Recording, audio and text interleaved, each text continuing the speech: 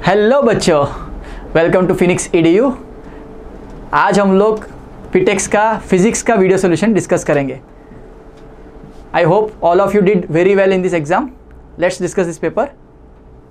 So first question, length, width and thickness of metal are given, okay, respectively. उसका area और volume क्या होगा? So length into width, इसके area कितने होंगे? क्यूब का एरिया होता है 2 times L into B plus B into H plus L into H. So इतना बड़ा कैलकुलेशन दिख रहा है, लेकिन डरने वाली बात नहीं है, मैं हूँ आपके साथ। देखो, इसमें 4 डेसिमल्स है, इसमें भी 4 है, इसमें 3 है, तो 3 डेसिमल वाला आंसर आने वाला है, बिकॉज हमको राउंड ऑफ करना है और इसमें जितने लीस्ट डिजिट्स होते हैं उसके हिसाब से आंसर देना होता है। तो पहली बात तो 4 डिजिट में नहीं आंसर है, लेकिन आप देखो तीनों आंसर 3 डिजिट में है। बट आप एक लॉजिक लगा सकते हो, 4 इंटू 2 8 के ऊपर आंसर आना चाहिए, तो 7 वाले दोनों एलिमिनेट कर सकते हो, दोनों ऑप्शन 7 वाले एलिमिनेट आप कर सकते हो। Second thing, 4 into 2 4.2 into 2 8.4 cross कर गया, 8.4 क्रॉस कर गया, ये ऑप्शन 8.12 है, तो आप ये लॉजिक भी लगा सकते हो। तो ये सारे लॉजिक्स लगाते हुए हम इसको ऑप्शन मार्क कर देंगे 8.72। और वॉल्यूम के लिए L into B into H 4.234 into 1.005, ये एरिया का फॉर्मूला हो गया क्यूबॉइड के लिए, और वॉल्यूम का फॉर्मूला हो जाएगा आपके लिए L into B into H. तो यहाँ पर लेंथ, विड्थ और हाइट, ये तीनों चीज़ें आपको पता है। लेंथ पता है 4.2, विड्थ पता है 1.05, उसका थिकनेस जो है बहुत छोटा है, थिकनेस जो है बहुत छोटा है 2.01 सेंटीमीटर, इसको 10⁻² से मल्टीप्लाई करना पड़ेगा, है ना। तो आप कैलकुलेट करोगे तो ये आंसर आ जाएगा 0.0855। Okay, so this is the first answer. Let's go to the question number 2। So option number A इसका राइट आंसर हो जाएगा। अगले क्वेश्चन पे चलते हैं। यहाँ पर एक सिस्टम दिया हुआ है, इस पर नेट फोर्स ऑन द पुली पूछा गया बाय द क्लैंप। तो यह क्लैंप है, तो आप देख सकते हो यहाँ पर एक फोर्स लग रही टेंशन, यहाँ एक फोर्स लग रही टेंशन, और इसका मास स्मॉल m दिया हुआ है, इसका स्मॉल m की वजह से मास लग रहा है mg। तो नेट फोर्स, ये दोनों सेम डायरेक्शन में ऐड हो जाएंगे, ये इसके परपेंडिकुलर है, तो वेक्टर एडिशन होगा। तो ये टेंशन की वैल्यू आपको पहले पता करनी है। तो आप देख सकते हो ये रुका हुआ है, तो टेंशन यहाँ पर फ्री बॉडी डायग्राम में टेंशन कितना होगा? कैपिटल mg के बराबर। तो टेंशन की वैल्यू क्या हो गई? कैपिटल mg के बराबर। तो नेट फोर्स आप देख सकते हो यहाँ पर capital mg plus small mg नीचे लग रहा है, और ये वाला टेंशन के बराबर, टेंशन तो mg है ना, कैपिटल mg। तो ये दोनों का वेक्टर एडिशन कुछ इस डायरेक्शन में आएगा, और इसका वेक्टर एडिशन परपेंडिकुलर वेक्टर्स का एडिशन होता है a² plus b² under root. तो ये दोनों का स्क्वायर करके ऐड करना है, under root of capital mg whole square plus capital m plus small m को कॉमन कर लेते हैं और इंटू g²। तो g² दोनों में आ रहा है, रूट के बाहर निकाल सकते हो इसको। तो नेट फोर्स आपको g into root of capital M plus small m plus उसका स्क्वायर प्लस कैपिटल M का स्क्वायर, ऐसा ऑप्शन दिखेगा। तो ऐसा ऑप्शन देखते हैं किस ऑप्शन से मैच हो रहा है आपका। ये ऑप्शन डी से मैच होता हुआ दिख रहा है। नेक्स्ट अगले क्वेश्चन पे चलते हैं हम लोग। सो अगला question, light string is passing over a smooth pulley connected by 2 blocks of masses m1 m2। m2 is greater than m1, m2 is greater than m1। एक पुली है, लाइट पुली है, मतलब इसका मास नहीं लेना है आपको। ओके, तो यहाँ पर m2 मास है, यहाँ पर m1 मास है, ऐसा दिया हुआ है। यहाँ पर फिक्स कर देते हैं इसको। If the acceleration of the system is g/√2। तो एक्सेलरेशन इस तरह के सिस्टम के लिए 1 लाइन आंसर में लिखना हो तो net driving force by total mass, net driving force by total mass. अगर m2 बड़ा है तो m2 इसको ड्राइव कर रहा है, तो ऑब्वियसली नीचे जाएगा, तो m1 ऊपर जाएगा, लेकिन m1 का mg जो है नीचे ऐड कर रहा है, तो ये अपोज कर रहा है। इसको मैं ऐसा भी सीख सकता हूँ, हॉरिजॉन्टल बना दूँ, इसको स्ट्रिंग को हॉरिजॉन्टल बना दूँ, तो m2g ड्राइव कर रहा है, m1g अपोज कर रहा है, ऐसा सोच सकते हो। तो net driving force by total mass, total mass हो जाएगा m2 प्लस m1। तो नेट ड्राइविंग फोर्स कितना है? m2g। यहाँ पर एक्सेलरेशन जो है, शायद इसको मैं एलिवेटर में रख दूँ तो एक्सेलरेशन g नहीं है, कुछ अलग है ना, कुछ अलग एक्सेलरेशन है। तो if the accel then the ratio of the masses, अच्छा एक्सेलरेशन g है ना, acceleration due to gravity g है। ओके, तो m2 minus m1 into g divide by m2 plus m1, ये एक्सेलरेशन नेट है। मैंने क्या लिखा, एक्सेलरेशन नेट लिखने के लिए आपने क्या लिखा बेटा, F net total driving force by M total. ये शॉर्ट ट्रिक आपको बहुत सारे क्वेश्चंस में हेल्प करेगा। टोटल ड्राइविंग फोर्स लिखो, नीचे टोटल मास लिखो, तो total driving force m2 minus m1g और total mass m1 plus m2। तो यहाँ से इस एक्सेलरेशन नेट की वैल्यू आपको g/√2 दी हुई है। इसको कितना दिया क्वेश्चन में, g/√2, तो g को कैंसिल कर दो और हमको पूछा गया है m1/m2। तो आप क्या करोगे, पहले इसको m1 से m2 से डिवाइड कर दो, तो ये हो जाएगा 1 माइनस m1/m2। इसको उधर ले आओ पहले, है ना, तो ये m2 से डिवाइड करने से 1 प्लस m1/m2 हो गया। नीचे √2 है जो है यहाँ पर, वो इसको क्रॉस मल्टीप्लाई करके यहाँ लिख सकते हो आप, है ना, तो आप इधर इसको लिख दो।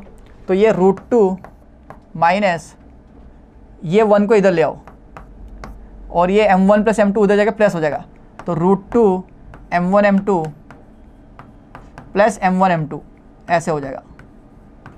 इसमें से m1m2 कॉमन कर लो तो ये √2 प्लस 1 हो जाएगा, उसको डिनोमिनेटर में लेके जाएंगे। तो m1/m2 is √2 minus 1 over √2 plus 1। इस तरह का ऑप्शन हमारे लिए आंसर में आना चाहिए। तो आप देख सकते हो इस तरह का आंसर ऑप्शन ए से मैच हो रहा है। अगले क्वेश्चन पे चलते हैं।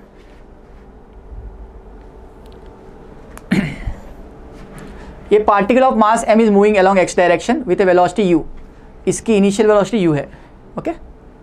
इट कोलाइड्स विथ इलास्टिकली, ये लाइन पे भी ध्यान देना, इलास्टिक कोलिजन है, एनर्जी लॉसेस नहीं है। इलास्टिक कोलिजन का मतलब क्या है, एनर्जी लॉसेस नहीं है। With another particle of 10 m मास, बहुत बड़े मास से कोलाइड हुआ है, तो ऑब्वियसली छोटे मास का एनर्जी लॉस होगा, बट वो एनर्जी लॉस सिस्टम का नहीं हो रहा है, वो एनर्जी बड़े मास को ट्रांसफर कर देगा। एंड एट रेस्ट, ये 10 m मास जो इनिशियली रेस्ट पे था, after collision it moves with half it's initial kinetic energy. जो छोटा मास था उसकी काइनेटिक एनर्जी आधी हो गई, तो बाकी आधी काइनेटिक एनर्जी किसको मिली, 10 m को मिली। ये लॉजिक है बेसिकली ना। देन ये डायग्राम देख के sin θ1 इक्वल √n sin θ2 इस फॉर्मेट में कुछ आना चाहिए। तो ये √n कितना है पूछा गया आपको, है ना। तो आपको क्या दिया है, इलास्टिक कोलिजन, इसका मतलब kinetic energy of system must remain same, okay. तो इनिशियल काइनेटिक एनर्जी mu थी, हाफ mu², तो उसको मैं k लिख देता हूँ।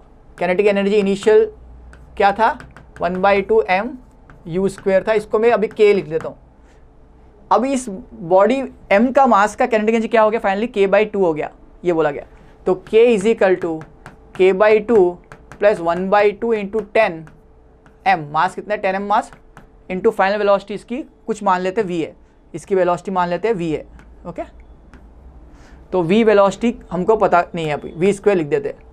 तो k माइनस k/2 हो गया ये, तो ये k/2 is equal to 1/2 10 m v²।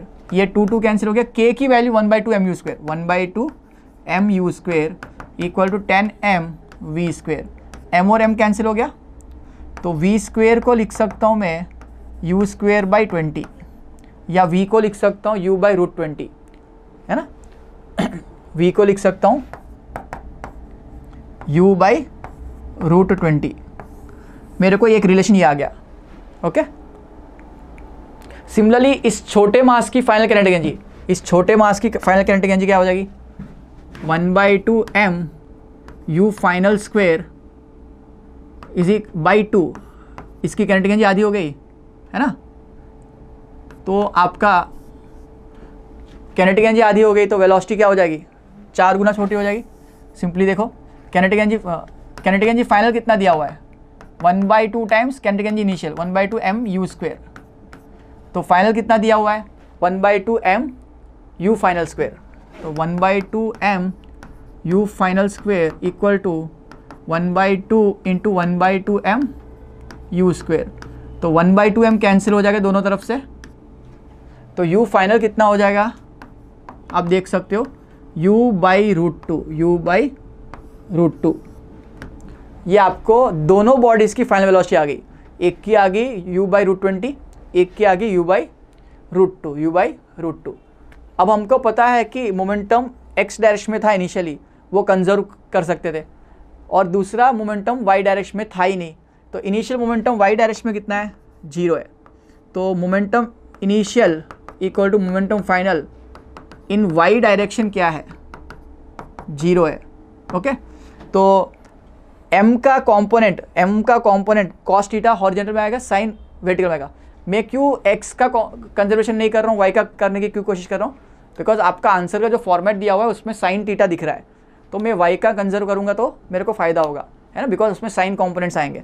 तो y के कॉम्पोनेंट, m का y कॉम्पोनेंट ऊपर आएगा और 10m का y कॉम्पोनेंट नीचे आएगा, और ये दोनों इक्वल होने चाहिए बिकॉज नेट मोमेंटम 0 है, नेट मोमेंटम 0 है।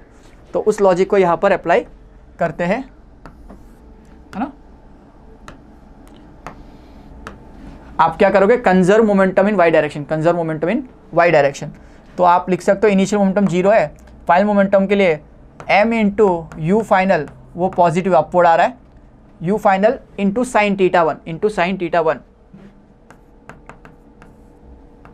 और दूसरा नेगेटिव आ रहा है downward 10m into V final, that is v, 10m into v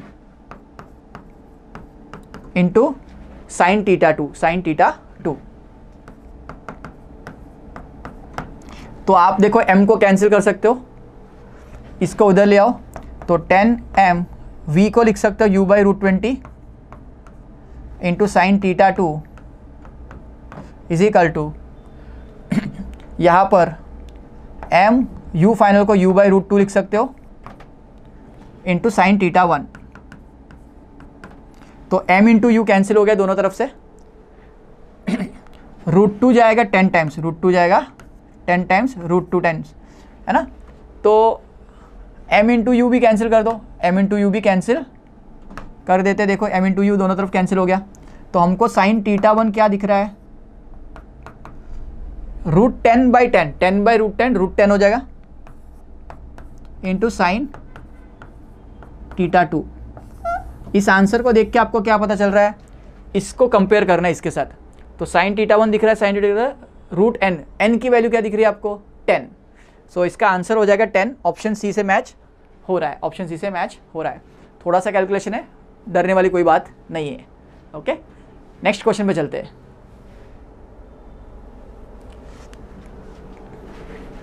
A ball is dropped from a top of a tower of 100 meters height. Simultaneously, another ball is thrown upwards from bottom of the tower with a speed 50 meters per second. They will cross each other after. Very easy question, relative motion का। एक object को यहाँ से drop कर दिया और एक को नीचे से फेंका 50 मीटर पर सेकेंड, दोनों के बीच में गैप है 100 मीटर्स। कितना, 100 मीटर्स। रियलिटी में ये फ्री फॉल हो रहा है और ये मोशन ग्रेविटी अपवर्ड मोशन हो रहा है, तो दोनों में एक्सेलरेशन है। बट एक्सेलरेशन रिलेटिव लूँ मैं अगर, तो इसका एक्सेलरेशन किधर है, g डाउनवर्ड है, इसका एक्सेलरेशन किधर है, वो भी g डाउनवर्ड है। तो a1 माइनस a2 लूँगा तो g माइनस g 0 हो जाएगा, तो ये 0 हो जाएगा एक्सेलरेशन रिलेटिव। ऐसे वेलोसिटी रिलेटिव लूँ तो इसको मैं v1 बोल देता हूँ, इसका v2 कितना इनिशियल वेलोसिटी इसका 0 है, तो v1 माइनस v2 लिखोगे आप, तो ये 50 माइनस 0 हो जाएगा। तो रिलेटिव फ्रेम में, रियल फ्रेम में दोनों में एक्सेलरेशन है। रिलेटिव फ्रेम में बहुत इजी क्वेश्चन हो गया, दोनों में एक्सेलरेशन नहीं है, एक में वेलोसिटी है, दूसरा तो रेस्ट पे है। तो इस वेलोसिटी से 100 मीटर कवर करने में कितना टाइम लगेगा, है ना।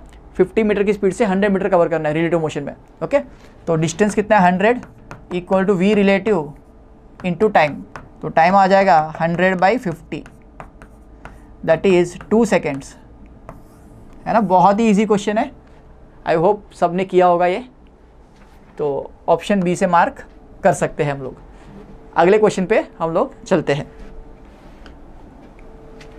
Eight any instant the velocity of particle is given by, mass दिया है 0.5 kg।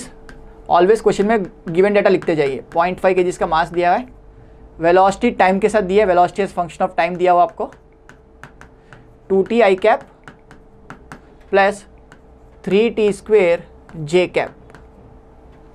If the force of the particle acting on it at t equal 1 second is, time 1 second पे force कितना है पूछा गया।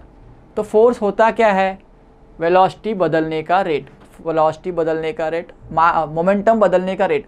सो m into D V by D T लिख सकते हो, m into D V by D T लिख सकते हो, मास इंटू एक्सेलरेशन, है ना। तो F equal to M D B by D T लिख सकता हूँ, या D P by D T लिख सकते थे डायरेक्टली। तो मास तो कांस्टेंट है, बाहर निकल जाएगा। इसको डिफ्रेंशिएट कर लेते तो एक्सेलरेशन आ जाता है m इंटू एक्सेलरेशन कितना हो जाएगा, 2t का differentiation 1, 2i cap, 3t square का 6t j cap, 6t j cap हो जाएगा। ये आपका फोर्स आ गया। अब कितने समय पे पूछ रहा है, 1 सेकेंड पे पूछ रहा है, तो टाइम का 1 सब्स्टिट्यूट कर दो, फोर्स एट 1 सेकेंड। तो मास कितना है 0.5 kg इंटू 2 आई कैप, 6 में 1 सब्स्टिट्यूट करो, 6 इंटू 1 हो गया जे कैप। इस 0.5 को अंदर मल्टीप्लाई कर देते तो ये हो जाएगा 1 आई कैप प्लस 3 जे कैप। तो आप इजीली देख सकते हो force at 1 second, 1 I cap plus 3 J cap. यहाँ पर 1 तो दिया हुआ है, 1 इंटू आई कैप, x इंटू जे कैप, x की वैल्यू 3 हो जाएगी, x की वैल्यू 3 हो जाएगी। ऑप्शन ए से मैच हो जाएगा। Again a pretty easy question. Next question पे चलते हैं। ये bullet is fired with speed of 1000 metre per second. Bullet को 1000 मीटर पर सेकेंड फायर किया गया in order to hit a target 100 metre away. 100 metre दूर आपका टारगेट था। If g equal to 10 metre per second square the gun should be aimed at. तो आपने जब यहाँ से फायर किया तो बुलेट गन तो सीधा थोड़ी नहीं जाएगी, उसको ग्रेविटी इफेक्ट करेगी, तो वो ऐसे पैराबोलिक पाथ फ्लो करेगी। तो यहाँ से आपने फायर किया, ओके, कुछ हाइट से, ये हाइट पूछी गई है, आपका टारगेट यहाँ पर कहीं पर है, तो ये ऐसे जाएगा। तो ये आपका कितना नीचे जाएगा, बिकॉज ये डिस्टेंस कितना है 100 मीटर्स, ये डिस्टेंस कितना है 100 मीटर्स, ये स्पीड कितनी दी है 1000 मीटर पर सेकेंड। तो यहाँ पहुँचने में टाइम निकल सकता है। उतने टाइम में वो सीधा कितना ट्रैवल किया था 100 मीटर्स, तो वर्टिकल कितना डिस्प्लेसमेंट किया पूछा गया इनडायरेक्टली। तो bullet is fired with speed, gun should be aimed at. तो यहाँ पर गन कहाँ पर एम करनी चाहिए पूछा गया, बिकॉज बुलेट 0.5 इतना हाइट नीचे चली जाएगी, तो आप पहले से उतना ऊपर करोगे तो उतना नीचे आपको मिलेगा, है ना। तो यहाँ एम करना है तो आपको ऐसे चलाना है, तो यहाँ पहुँचेंगे। तो यहाँ पर टाइम कैसे निकालोगे, ये हॉरिजॉन्टल स्पीड रेंज है आपका, range upon speed, horizontal speed, okay. तो 100 अपॉन 1000, ये 0.1 सेकेंड्स आ जाएगा। ये आपका टाइम इंटरवल आ गया। इस टाइम में वो कितना नीचे आ जाएगा, कितना नीचे आ जाएगा। तो इसका इनिशियल डाउनवर्ड वेलोसिटी 0 है, इसका इनिशियल डाउनवर्ड वेलोसिटी 0 है। तो displacement equal to half AT square हो जाएगा, UT 0 है, इनिशियल वेलोसिटी 0 है। तो height which is to be found जो हो जाएगा UT 0 है, 1/2 A की जगह G लेना है into T square, that is 0.1 का स्क्वायर, ओके। तो यहाँ से आप देख सकते हो 0.1 मतलब 1/10, 1/10 का square 1/100, 100 into G that is 10, 1/10 हो गया, 1/20 आ जाएगा। तो ये हो जाएगा 1/20 metres.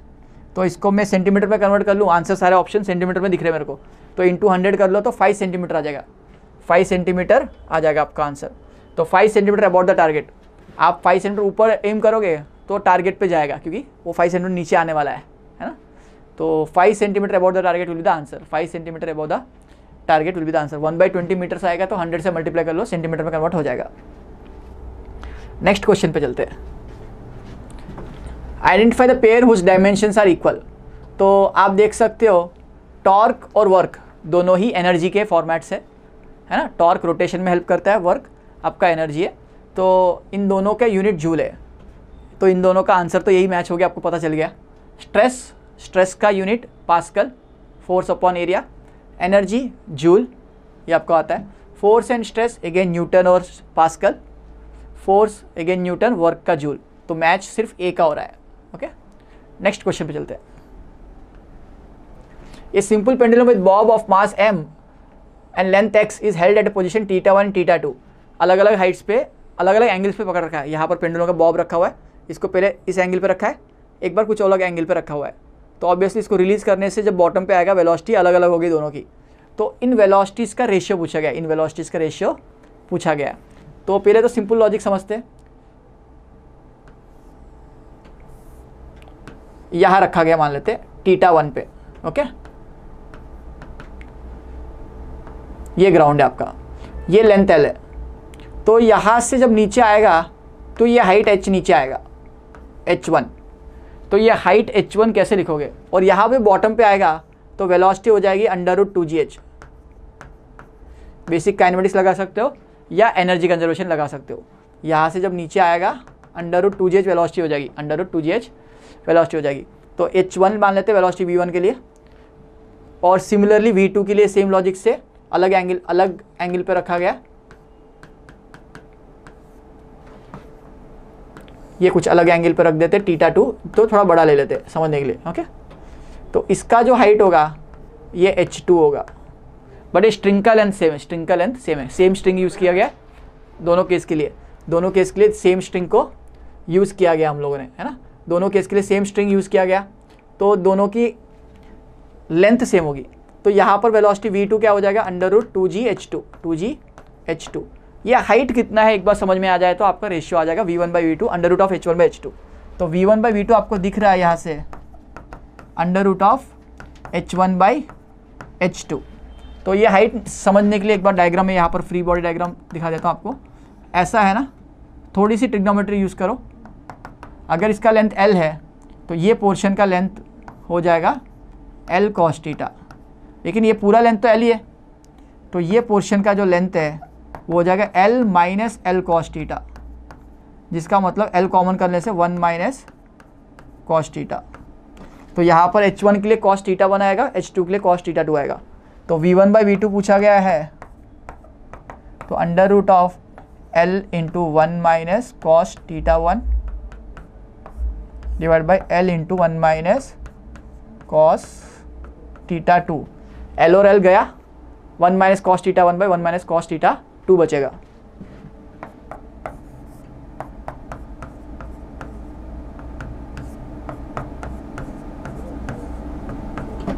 So I hope this is clear.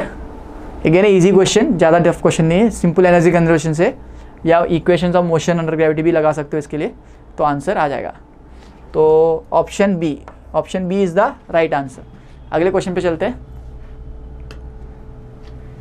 A car of weight W is on the inclined road that is raised by over 100 metres over a distance of 1 kilometre. तो ऐसा inclined plane है, 1 किलोमीटर के distance में ये height 100 metre बढ़ती है। तो आप tan θ को क्या लिख सकते हो, opposite by adjacent, 100/1000, because 1 kilometre मतलब 1000 मीटर, तो ये 1/10 हो जाएगा। As 1/10 is very small angle, तो स्मॉल एंगल अप्रोक्सीमेशन बोल रहा है कि sin θ is approximately equal to tan θ। तो जहाँ पर sin θ दिखे वहाँ पर tan θ दिखे उसको sin θ मान सकते हैं। एग्जैक्टली इक्वल नहीं है, बट हाँ वेरी नियर आंसर आएगा, तो इसमें ज़्यादा फर्क नहीं पड़ेगा कैलकुलेशन में। तो sin θ और tan θ को सेम मान सकते हैं स्मॉल एंगल्स के लिए। ये कांस्टेंट फ्रिक्शन फोर्स कितना दिया हुआ है, W/20, जो भी वेट है उसका 20 गुना छोटा फ्रिक्शन लग रहा है। मतलब फ्रिक्शन कोफिशिएंट की कोई टेंशन लेने की जरूरत नहीं, कांस्टेंट इतना फ्रिक्शन लगेगा always. On the car while moving up the hill speed is 10 metre per second and power required is P। अब पावर क्या होता है, फोर्स इंटू वेलोसिटी होता है, फोर्स इंटू वेलोसिटी होता है। तो पावर का फॉर्मूला फोर्स इंटू वेलोसिटी होता है। तो पहला केस में ऊपर जा रहा है तो फ्री बॉडी डायग्राम देखो, जब ऊपर जा रहा है इसकी स्पीड है 10 मीटर पर सेकेंड, तो इसका वेट का एक कंपोनेंट W sin θ नीचे लगेगा, राइट। और फ्रिक्शन भी इसको चलने से अपोज करेगा, ऊपर जाने से। Friction always opposite to relative motion add करते हैं, मोशन नहीं रिलेटिव मोशन। तो ये फ्रिक्शन फोर्स लगेगी। फ्रिक्शन फोर्स भी आपको दी है W/20, तो दोनों W के टर्म में दिया हुआ है। तो यहाँ पर मैं क्या लिख सकता हूँ, पावर को W sin θ प्लस W/20। ये क्या लिखा मैंने, नेट फोर्स लिखा है। क्यों मैं नेट फोर्स नीचे लिख रहा हूँ, इतना ही फोर्स आप ऊपर प्रोवाइड कर रहे होंगे तभी तो ये कांस्टेंट स्पीड से जा रहा है ना। इनटू वेलोसिटी कितनी है 10। ये आपका पावर सप्लाइड है, ये आपका पावर सप्लाइड है। जितना डाउनवर्ड फोर्स है उतना ही अपवर्ड फोर्स प्रोवाइड कर रहे हो। नेट फोर्स 0 है तो ही कांस्टेंट वेलोसिटी आप ऊपर जा पा रहे हो। फर्स्ट केस का ये रिजल्ट आ गया आपको। सेकेंड केस में क्या हो रहा है, डायग्राम देखते हैं। वही इंक्लाइंड है। अब सेकेंड केस में बोल रहा है कि if it needs power P/2 while moving downwards then the speed V will be. अगर नीचे जा रहा है, पहली बात तो नीचे जा रहा है तो वेट का डायरेक्शन चेंज नहीं होगा, वेट का कॉम्पोनेंट डब्ल्यू साइन थीटा तो नीचे ही रहेगा, बट फ्रिक्शन का डायरेक्शन, अब फ्रिक्शन क्या होगा, फ्रिक्शन अपना डायरेक्शन चेंज करके फ्रिक्शन ऊपर लगेगा, friction always act opposite to relative motion, तो फ्रिक्शन ऊपर हो गया।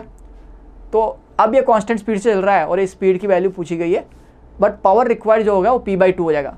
तो इसमें बोला गया p/2 is equal to W sine theta चला रहा है इसको, अब इसकी वेलोसिटी ऑब्वियसली डाउनवर्ड v होगी, माइनस w/20 जो फ्रिक्शन फोर्स है अपोज कर रहा है, फ्रिक्शन फोर्स जो है अपोज कर रहा है, इंटू v लिख दो, into v।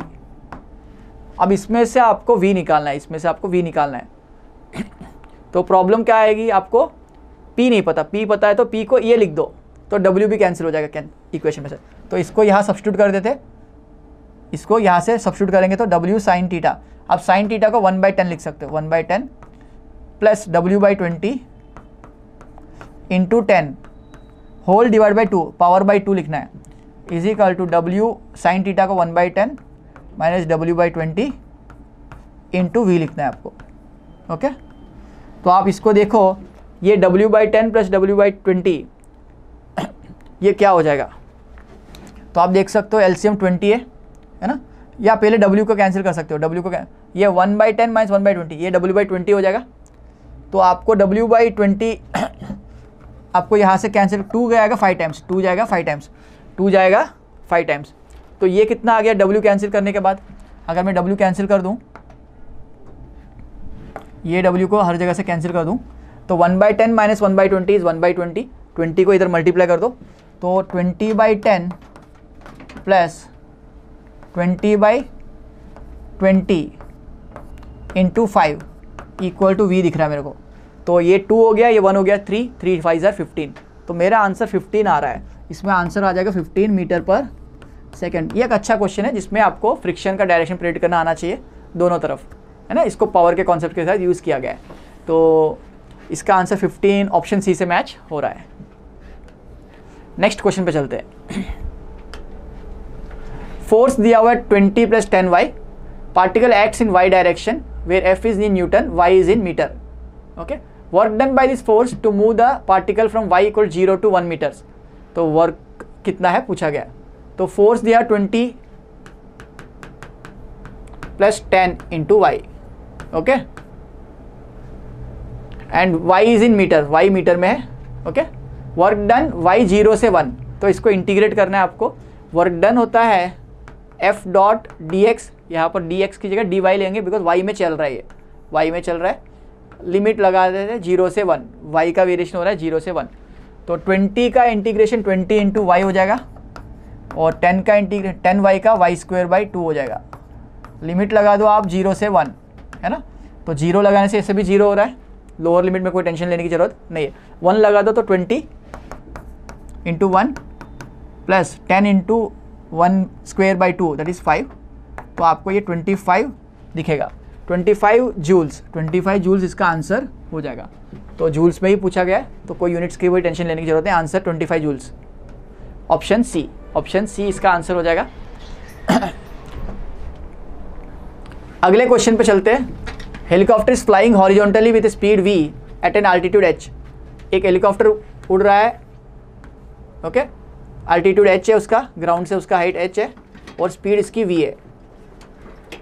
It drops A food packet for a man on the ground. यहाँ से एक फूड पैकेट को ड्रॉप कर दिया।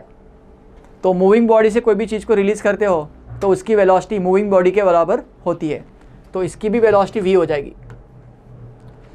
What is the distance of the helicopter from the man when the food packet is dropped. तो ये food packet ऐसे जाके यहाँ गिरेगा, है ना, तो ये टाइम जो नीचे जाने का टाइम जो होगा पहले निकाल लेते, टाइम ऑफ फ्लाइट। तो उस टाइम ऑफ फ्लाइट से ये v डिस्टेंस कवर करेगा। तो टाइम ऑफ फ्लाइट आपका हो जाएगा फ्री फॉल कंडीशन, यहाँ पर इनिशियल वेलोसिटी 0 है, तो √2h/g आपका टाइम ऑफ फ्लाइट हो जाएगा, है ना। Free fall condition √2h/g, basic second equation लगा सकते हो, h = ut + ½ gt²। ut 0 है तो ½ gt² से 2h/g हो जाएगा √। तो ये टाइम ऑफ फ्लाइट आ गया। तो हॉरिजॉन्टल डिस्टेंस जो कवर होगा इसको मैं x बोल देता हूँ, या रेंज बोल सकते हो। x = speed into time of flight, okay. तो अब ये पूछ रहा है कि जब इसको ड्रॉप किया, आदमी यहाँ पर था तो उसको मिल गया, तो ये डिस्टेंस कितना था इनिशियली। डिस्टेंस मतलब यहाँ पर इसका शॉर्टेस्ट डिस्टेंस क्या था, मतलब डिस्प्लेसमेंट क्या था, मतलब ये लेंथ कितना था पूछा गया। तो आपको ये लेंथ पता है हाइट, ये लेंथ पता है एक्स की वैल्यू पता है v इंटू टी एफ। तो नेट वैल्यू क्या हो जाएगी, ये वैल्यू अगर मैं इसको s बोल रहा हूँ, s equal to under root of H square plus X square. तो under root of H square, X square में ये आ रहा है वी स्क्वेयर टी एफ, तो वी स्क्वेयर को वी स्क्वेयर लिख देते, टी एफ का रूट कट जाएगा तो ये बच जाएगा under root 2h by G, under root 2h by G. तो H square plus V square 2h by G answer आ जाएगा अंडर रूट में। तो ऐसा ऑप्शन मेरा 2v square by H, 2h square h by G plus H square, option C से match हो रहा है। तो ये आपका क्वेश्चन नंबर 12 हो गया। अगले क्वेश्चन पे चलते हैं। 2 billiard balls of mass 0.05 kg each moving in opposite direction with 10 meter per second collide and rebound with the same speed. The time duration is 0.05 seconds. Then the force net force exerted by ball in each other.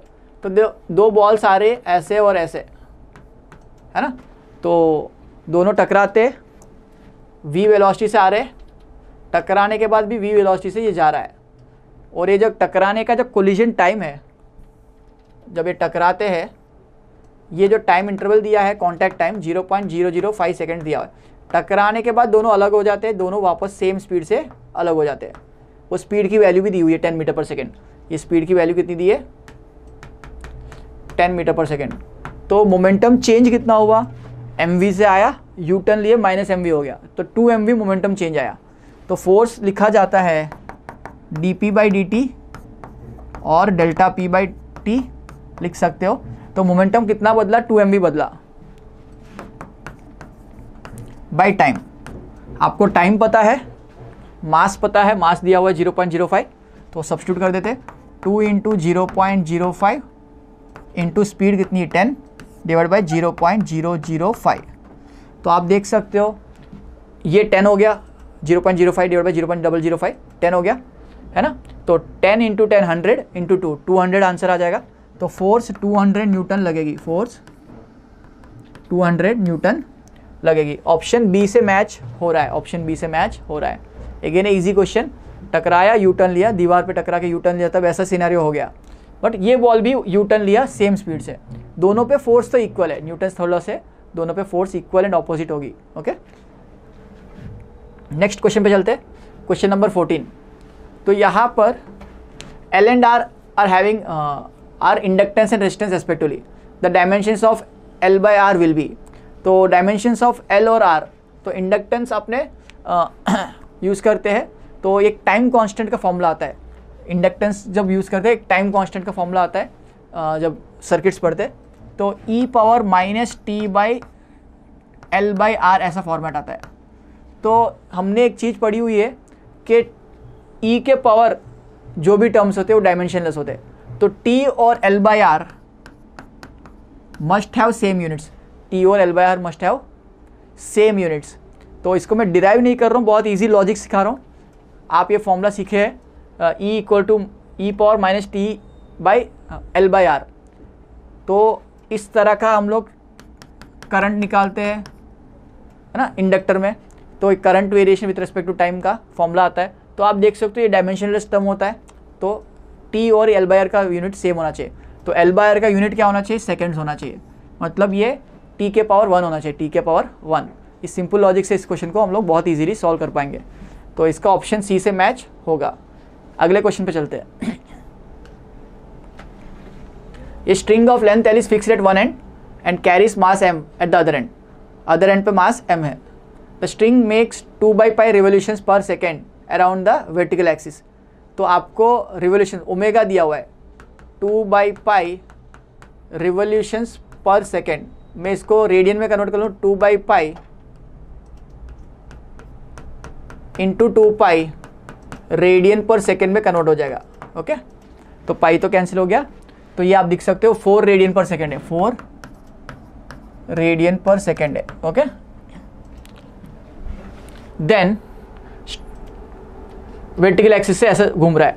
तो ये horizontal circle का radius में r मान लेता हूँ। तो आप देख सकते हो l है तो ये लेंथ l cos थीटा हो जाएगा और r की वैल्यू l sin थीटा के बराबर हो जाएगी। r की वैल्यू l sin थीटा के बराबर हो जाएगी। इस रेडियस का जो सर्कमफ्रेंस है, हॉरिजॉन्टल सर्कुलर मोशन ऐसा हो रहा है, तो इसका जो हॉरिजॉन्टल सर्कल का जो रेडियस है वो l sin थीटा के बराबर है। ओके, अब इसमें फोर्स बैलेंस लगाते हैं तो टेंशन आ जाएगा। तो आप फ्री बॉडी डायग्राम देखो, टेंशन इस तरफ ऐड कर रहा है, ये मास m, उसका वेट इधर ऐड कर रहा है mg। तो टेंशन का ये एंगल थीटा, अल्टरनेटिंग एंगल्स यहाँ थीटा बन रहा है, तो आप देख सकते हो यहाँ t cos थीटा आएगा, यहाँ पर t sin थीटा आएगा। तो मैं सूडो फोर्स लगाऊं यहाँ पर, तो सूडो फोर्स यहाँ पर mv²/r या m⍵²r बाहर की तरफ होगी। तो मैं देख सकता हूँ ये दोनों इक्वल होने चाहिए, दोनों इक्वल होने चाहिए। तो t sin theta is equal to m कितना दिया क्वेश्चन में, m को m मान लेते, m दिया है ना, ओमेगा कितना है 4 का स्क्वायर इंटू r कितना है l sin थीटा। तो आप देख सकते हो sin थीटा गेट्स कैंसिल्ड, तो मेरे को बच रहा है 16 ml। अगेन है easy question,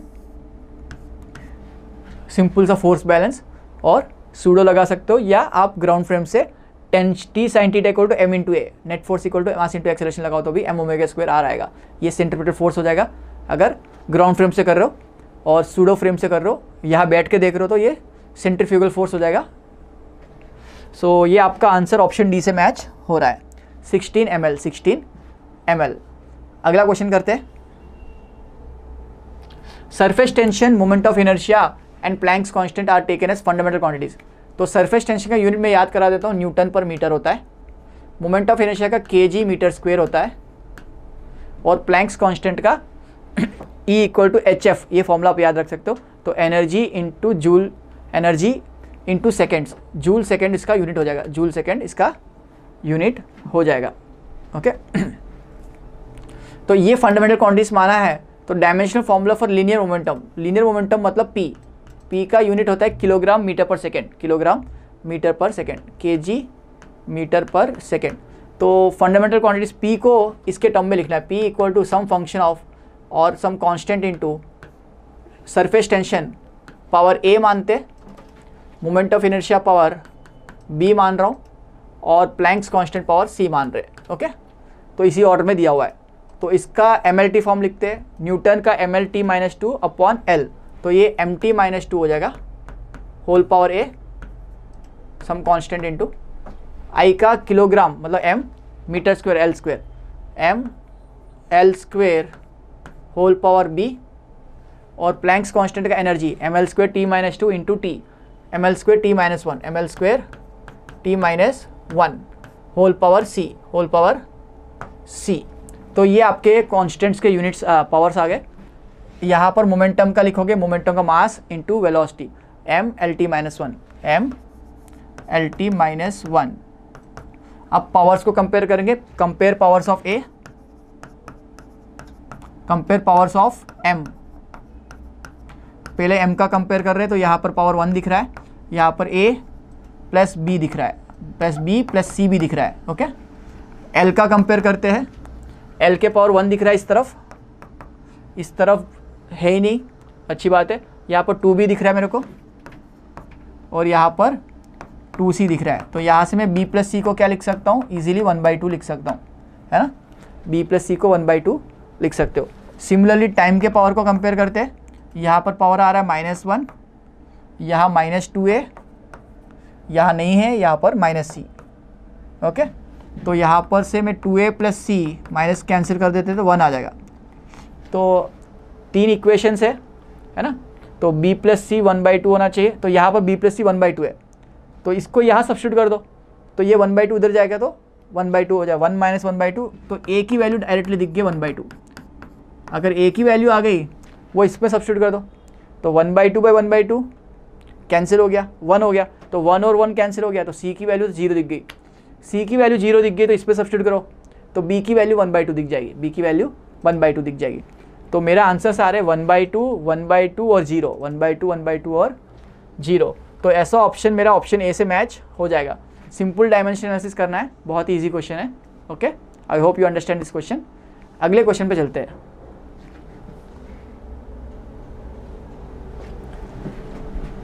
figures A B C D show variation of force time, the impulse is the highest in the figure. इसमें इम्पल्स सबसे ज़्यादा किस में है पूछा गया है। अगेन पेपर बहुत इजी क्वेश्चन दिख रहा है मेरे को। एफ-टी ग्राफ है, इसका एरिया आप देख सकते हो, area under F-T graph impulse देता है। तो फर्स्ट का एरिया आप देख सकते हो, ट्राइंगल दिख रहा है 1/2, बेस कितना है 1, हाइट कितनी है 0.5, है ना, तो ये 1/4 हो जाएगा। सेकंड का एरिया आप देखो, रेक्टेंगल दिख रहा है, बेस है 2, हाइट है 0.5, 2 × 0.5, तो ये 1 हो जाएगा। थर्ड का एरिया देखो, इसका ट्राइंगल बेस है 1, हाइट है 0.75, 1 × 0.75 × 1/2 ट्राइंगल है ना, तो ये 3/8 हो जाएगा। 3/8 ऑब्वियसली 1 से कम है, तो हमको सबसे बड़ा ढूंढना है। फोर्थ वाला का एरिया, ये भी ट्राइंगल दिख रहा है, बेस है 2, हाइट है 0.5, 1/2 × बेस × हाइट दैट इज़ 0.5, तो ये 1/2 आ जाएगा। तो आप देख सकते हो 1 सबसे बड़ा नंबर है, 1/4, 3/8, 1/2 से 1 बड़ा है, तो option B should be the largest. तो ये बी ऑप्शन आपका लार्जेस्ट होगा, ऑप्शन बी राइट आंसर है। नेक्स्ट क्वेश्चन पे चलते हैं। The quantities which have the same dimension as that of solid angle. Solid angle again a dimensionless quantity है ना। इसका यूनिट स्टेरेडियन होता है, बट इसका डायमेंशन m⁻0, l⁻0, t⁻0 होते हैं। तो स्ट्रेस का तो यूनिट होता है, तो ये तो गलत हो गया।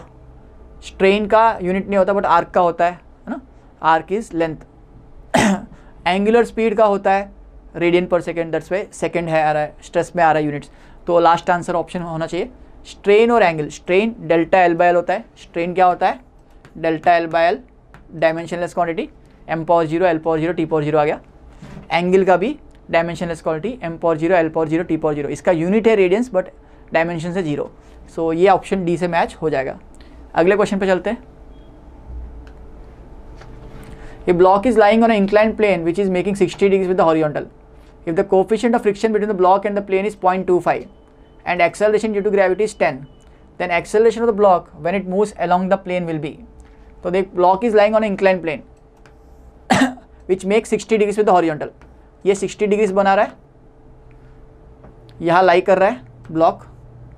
Okay, if the coefficient friction between the block and plane is 0.25 and gravity is 10, acceleration will be, तो यहाँ पर इसका ये g sin 60 लगेगा। एक्सेलरेशन कितना लगेगा, g sin 60 लगेगा, और फ्रिक्शन के कारण μg cos 60, μg cos 60 पीछे लगेगा, है ना। फोर्स लिखोगे तो mg sin 60 और f फ्रिक्शन में μmg cos 60, और नेट एक्सेलरेशन आपका इस तरफ आएगा, नेट एक्सेलरेशन इस तरफ आएगा। तो आपको नेट एक्सेलरेशन पूछा गया, नेट एक्सेलरेशन पूछा गया है।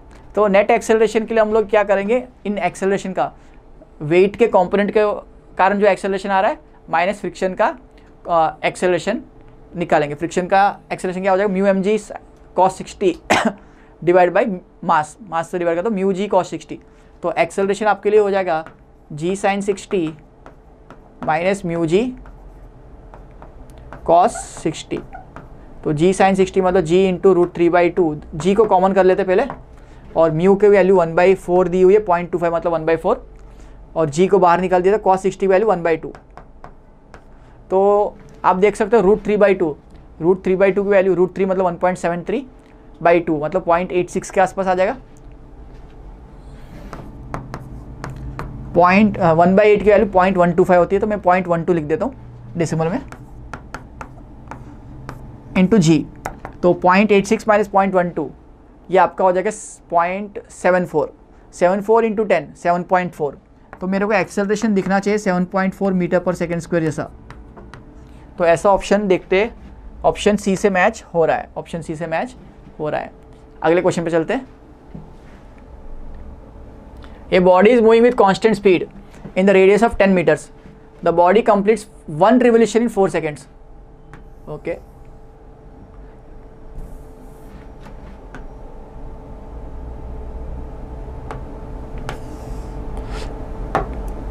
तो यहां पर ये एक रिवोल्यूशन कंप्लीट कर रहा है 4 सेकंड में। 1 रिवोल्यूशन कितने टाइम में कंप्लीट कर रहा है, 4 सेकंड में। यहां से स्टार्ट हुआ मान लेते हैं, एक चक्कर काट लिया 4 सेकंड लगे, थर्ड सेकेंड, तो एक रिवोल्यूशन 4 सेकेंड, तो 1 सेकेंड के बाद यहाँ, 2 सेकेंड के बाद यहाँ, 3 सेकेंड के बाद यहाँ होगा, तो ये 3 सेकेंड्स पे यहाँ होगा, 4 सेकेंड्स पे यहाँ आ जाता। बट थर्ड सेकेंड पे आपका डिस्प्लेसमेंट पूछा गया, तो थर्ड सेकेंड पे आप यहाँ पर हो, तो डिस्प्लेसमेंट निकालने के लिए आप इन दोनों को स्ट्रेट लाइन से जोड़ दोगे। तो ये भी रेडियस है, ये भी रेडियस है, तो ये हो जाएगा r√2। पाइथागोरस लगा दो, सिंपल सा r√2 हो जाएगा। क्या r की वैल्यू दी है क्वेश्चन में? कितना दिया है? 10 मीटर्स। रेडियस कितना दिया बेटा? 10 मीटर्स। तो 10√2 आंसर हो जाएगा। 10√2 मेरा ऑप्शन में डी से मैच हो रहा है, डी से मैच हो रहा है। बहुत ही इजी क्वेश्चन है, तो है ना। Next question, time taken by an object to slide down 45 degrees through incline plane is n times as that it takes to perfectly smooth 45 degrees incline plane. तो देखो, एक रफ इंक्लाइन प्लेन है 45 degrees पे, एक smooth incline plane है 45 degrees पे। ये rough है, ये स्मूथ मान लेते हैं। एंगल दोनों में सेम दिया है बेटा, ये थीटा दोनों में 45 डिग्री से दिया है। ओके, तो ऑब्वियसली इसमें स्लाइड होने में ज़्यादा टाइम लगेगा, फ्रिक्शनलेस है, तो जी साइन थीटा पूरा एक्सेलरेशन इसको हेल्प करेगा। इसका एक्सेलरेशन कितना हो जाएगा? जी साइन थीटा। इसका एक्सेलरेशन कितना हो जाएगा? जी sine theta minus mu G cos theta, minus mu G cos theta. Okay, तो यहाँ पर म्यू जी कॉस,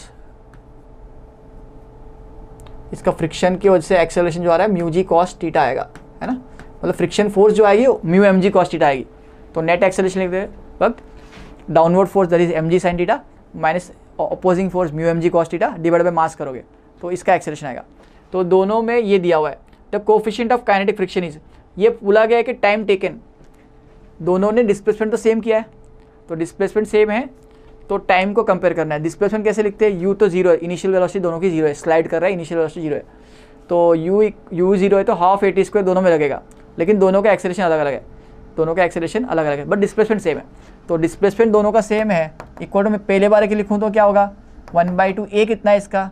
जी साइन थीटा माइनस, क्योंकि पीछे वाले क्वेश्चन में सिमिलर क्वेश्चन था, तो उसमें हमने G sine theta minus mu M G cos theta को लिया था, वैसे ही ले रहे हैं यहाँ पर भी, है ना। म्यू जी कॉस थीटा, ये टाइम है, okay, is n times the time taken the smooth incline. तो इसका ये हाफ n², इसका टाइम जो है, इसका जो टाइम लग रहा है, इसका टाइम अगर t लग रहा है, तो इसका टाइम जो है nt लगेगा, ये बोल रहा है क्वेश्चन, n टाइम्स ज़्यादा लगेगा। तो मैं इसको n टाइम से मल्टीप्लाई कर दूँ, n² t² हो जाएगा। मैंने क्या लिखा? हाफ AT² लिखा। सेम लॉजिक इसके भी लिखो, डिस्प्लेसमेंट तो सेम है, तो मैं इसको इसके साथ इक्वेट कर दूँ सेम लॉजिक से। इसका 1/2 a कितना है? इसका जी साइन थीटा, इसका a कितना है? जी साइन थीटा, इसका a कितना है? जी साइन थीटा, और इसका टाइम क्या? t²। तो मैं देख सकता हूँ दोनों तरफ से मैं जी साइन थीटा को डिवाइड कर दूँ, बिकॉज साइन थीटा और कॉस थीटा सेम है। 45 डिग्री लकीली 45 दिया है, तो कोई सोचने वाली बात ही नहीं है। साइन थीटा कॉस थीटा दोनों की वैल्यू 1/√2 है, तो वो पूरा थ्रू आउट कैंसिल हो जाएगा। 1/2 दोनों तरफ से कैंसिल हो रहा है, जी दोनों तरफ से कैंसिल हो रहा है, और t² भी कैंसिल हो रहा है। तो इस तरफ पूरा डिवाइड करने से 1 आ जाएगा, इस तरफ 1 आ गया। यहाँ से 1/2 G sine theta cos theta t² cancel हो गए, तो मेरे को यहाँ बच रहा है 1 म्यू जी कॉस थीटा बाहर निकल गया, यहाँ पर n² बचा हुआ है, ये बचा हुआ है। तो मेरे को क्या चाहिए? म्यू चाहिए। n² को उधर ले आओ, 1 minus mu equal to 1/n², या mu equal to 1 minus 1/n²। तो ऐसा ऑप्शन मेरा होना चाहिए म्यू के लिए। चाहे तो एलसीएम भी ले सकते हो, n² माइनस 1/n² भी दे सकता है। देखते ऑप्शन में क्या दिया हुआ है। तो डायरेक्टली यही दिया हुआ है, 1 माइनस 1/n², ऑप्शन ए से मैच हो रहा है। सो बहुत ही easy question, because luckily sine theta cos theta equal है, तो मैं directly G sine theta g/2 sine theta से थ्रू आउट डिवाइड कर रहा हूँ। तो ये g/2 साइन थीटा t² से डिवाइड कर रहा हूँ, t² जी साइन थीटा कॉस थीटा और 1/2 t² सब कैंसिल हो गया। तो बहुत ईजी कैलकुलेशन बचा, 1 माइनस 1/n²। नेक्स्ट क्वेश्चन पे चलते हैं। Uniform chain of length 2 meters is kept on the table such that 60 centimeters of it hangs freely. The total mass of the chain is 4 kgs। Okay, यहाँ पर जो hanging portion है वो बेटा 60 centimetre से, तो बाकी का लेंथ जो है 140 सेंटीमीटर्स वो टेबल पे रखा हुआ है ऐसे, है ना। ये 140 सेंटीमीटर्स है, ये 60 सेंटीमीटर्स है।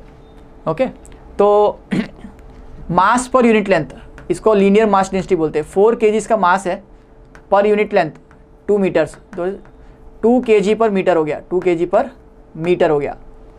तो 60 सेंटीमीटर्स में कितना मास आएगा, इस पोर्शन में कितना मास आएगा, मास इस पोर्शन का मास में m डैश मान रहा हूँ, तो m डैश की वैल्यू कितनी होगी 2 into that is lambda into length, length कितना है 0.6 मीटर्स, 0.6 मीटर्स, इसको 0.6 मीटर लिख सकते हो आप। ओके, तो 1.2 kg का हो जाएगा, लेंथ कितना हो जाएगा 1.2 kg का हो जाएगा, मास कितना हो जाएगा 1.2 kg का हो जाएगा। ये पूरा मास कहाँ पर एक्ट करता है मान सकते हो आप, क्या पूछा गया इसमें, what is the work done pulling the entire chain on the table. तो आप क्या चाहते हो, इस चेन को यहाँ से उठा के टेबल पे वापस ले आओ। तो इस पूरे मास का इफेक्टिव मास में सेंटर पे मान सकता हूँ, कितना है 1.2 इंटू जी, और इसका पूरा मास कहाँ पर लोकेटेड है, यहाँ से 30 सेंटीमीटर्स पे लोकेटेड होगा। क्यों ऐसा, पूरा मास सेंटर ऑफ मास पे लोकेटेड होता है। MGH में H कौन सा लेते हैं, अगर मेरा जैसा वर्टिकल बॉडी है तो पूरा मास कहाँ मानोगे, बॉडी के सेंटर ऑफ मास पे, है ना। अगर हॉरिजॉन्टल बॉडी है, मतलब बॉडी का मास एक ही लोकेशन पे है तो अच्छी बात है, बट बॉडी का मास डिस्ट्रीब्यूटेड है तो जो हाइट लिखते हैं फॉर्मूला में वो हाइट सेंटर ऑफ मास की लिखनी चाहिए। MGH में मैक्सिमम क्वेश्चन में हम लोग पॉइंट मास मान लेते हैं, बट जैसे ये वेरिएबल मास है, डिस्टेंस के साथ वेरी हो रहा है, मतलब पोजीशन के साथ आपका वेरी हो रहा है मास, मास का वेरिएशन यूनिफॉर्म है बट मास पूरे डिस्ट्रीब्यूटेड हर जगह है मास, तो इसका पूरा एक ही जगह मास मानना हो तो क्या मानोगे, सेंटर पे, सेंटर ऑफ मास पे। तो 60 का सेंटर ऑफ मास का लोकेशन 60/2 30 पे होगा। तो आपका वर्क डन जो हो जाएगा इन पुलिंग इट अप, ऊपर खींच रहा हो तो MGH हो जाएगा। ये हाइट क्या लिखेंगे 60 नहीं लिखेंगे 30 लिखेंगे, याद रखना। तो M कितना है 1.2, G कितना है 10, हाइट कितनी है 0.3 मीटर्स, 0.3 मीटर्स। तो 3 इंटू 1.2, ये 10 इंटू 3 3 हो गया, 3 इंटू 1.2 3.6 जूल्स। ऐसा आंसर मेरे को दिखना चाहिए। तो ऑप्शन बी से मैच हो रहा है, लेट्स गो। सो इस कॉन्सेप्ट को ध्यान रखें, हाइट सेंटर ऑफ मास वाली लेनी होती है। नेक्स्ट क्वेश्चन पे, mass of m kg suspended bye weightless string, एक m kg मास वेटलेस स्ट्रिंग से सस्पेंडेड है। Horizontal force that is displacing it until the string makes angle 45 degrees with the initial direction will be, है ना। पहले बेटा मास यहाँ रखा हुआ था, इसको आपने एक फोर्स लगाई ऐसे, तो ये यहाँ आ गया, ऐसा बोल रहा है, ये यहाँ अगर आ गया F फोर्स से, तो अभी आपका mg मास तो ऐसे लग रहा है। ओके, mg मास तो ऐसे लग रहा है। तो इनिशियल वर्टिकल डायरेक्शन से आप एंगल कितना बना रहे हो 45 डिग्रीज, 45 डिग्रीज बना रहे हो। तो आप इसमें वर्क एनर्जी थ्योरम लगा सकते हो, वर्क एनर्जी थ्योरम। तो पहले यहाँ पर वेलोसिटी कितनी थी 0 थी, फाइनली यहाँ पहुँचने के बाद भी वेलोसिटी 0 है, वेलोसिटी फाइनल 0 है, वेलोसिटी इनिशियल 0 है।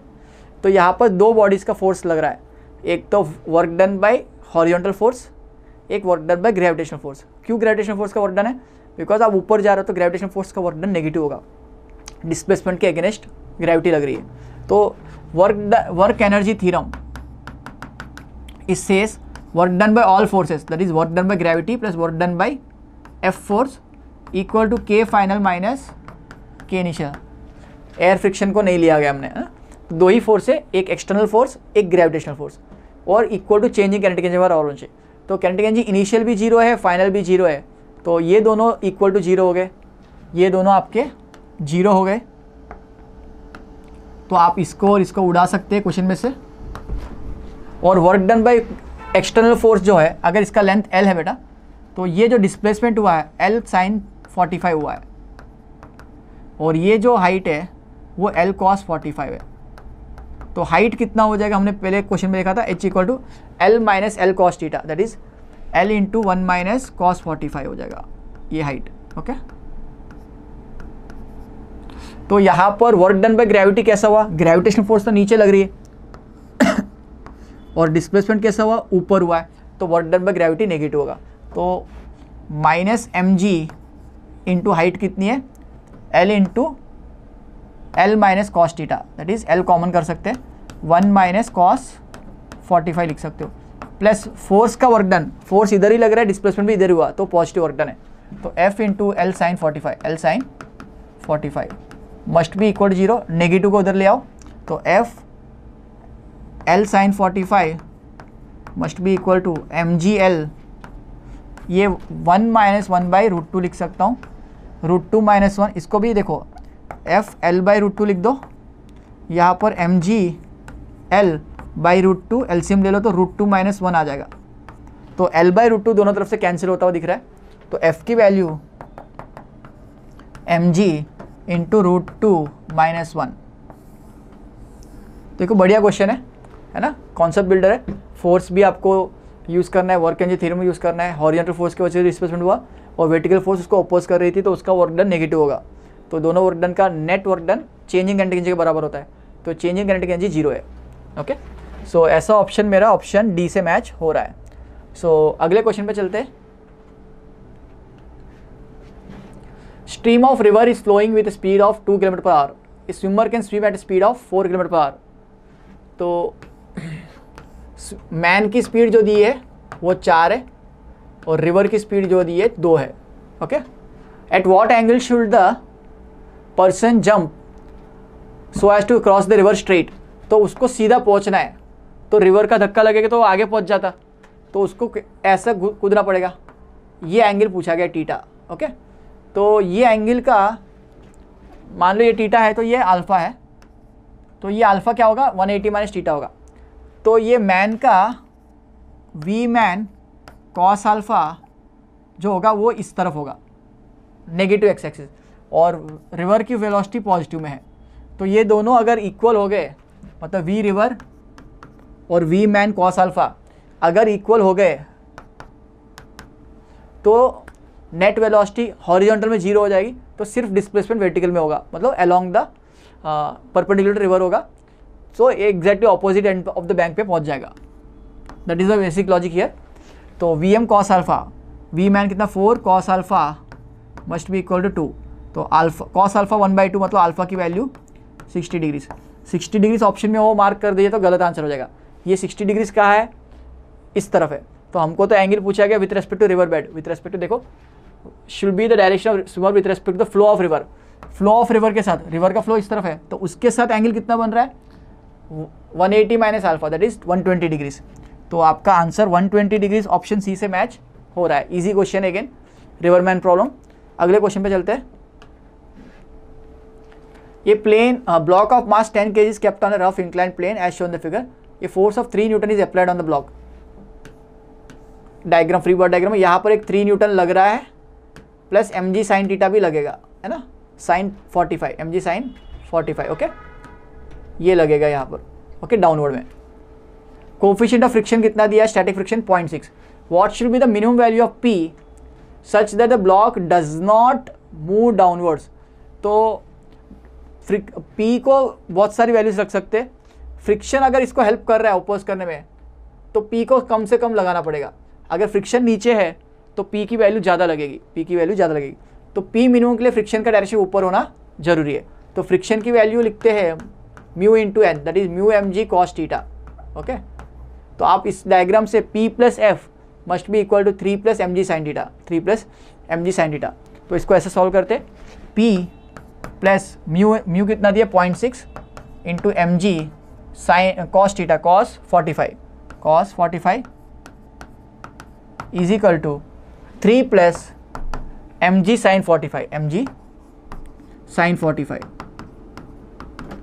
तो इसमें भी mg cos 45, इसमें भी mg cos 45 साइन 45 एक ही वैल्यू होती है, उसको उधर ले आओ तो 1 माइनस 0.6 आ जाएगा, 1 माइनस 0.6 इज 0.4। तो आप लिख सकते हो p equal to 3 plus 0.4 mg by √2। mg दिया हुआ है, मास दिया हुआ 10 kgs, 10 इंटू 10 100, तो यहाँ पर दिख रहा है 3 plus 0.4 into 100 by √2, that is 3 plus ये 40 हो गया, 40 बाई √2 को मैं कैंसिल करके 20 √2 लिख सकता हूँ, है ना, 20 √2 तो 3 प्लस 20 इंटू 1.4 14 ऐसा होता है।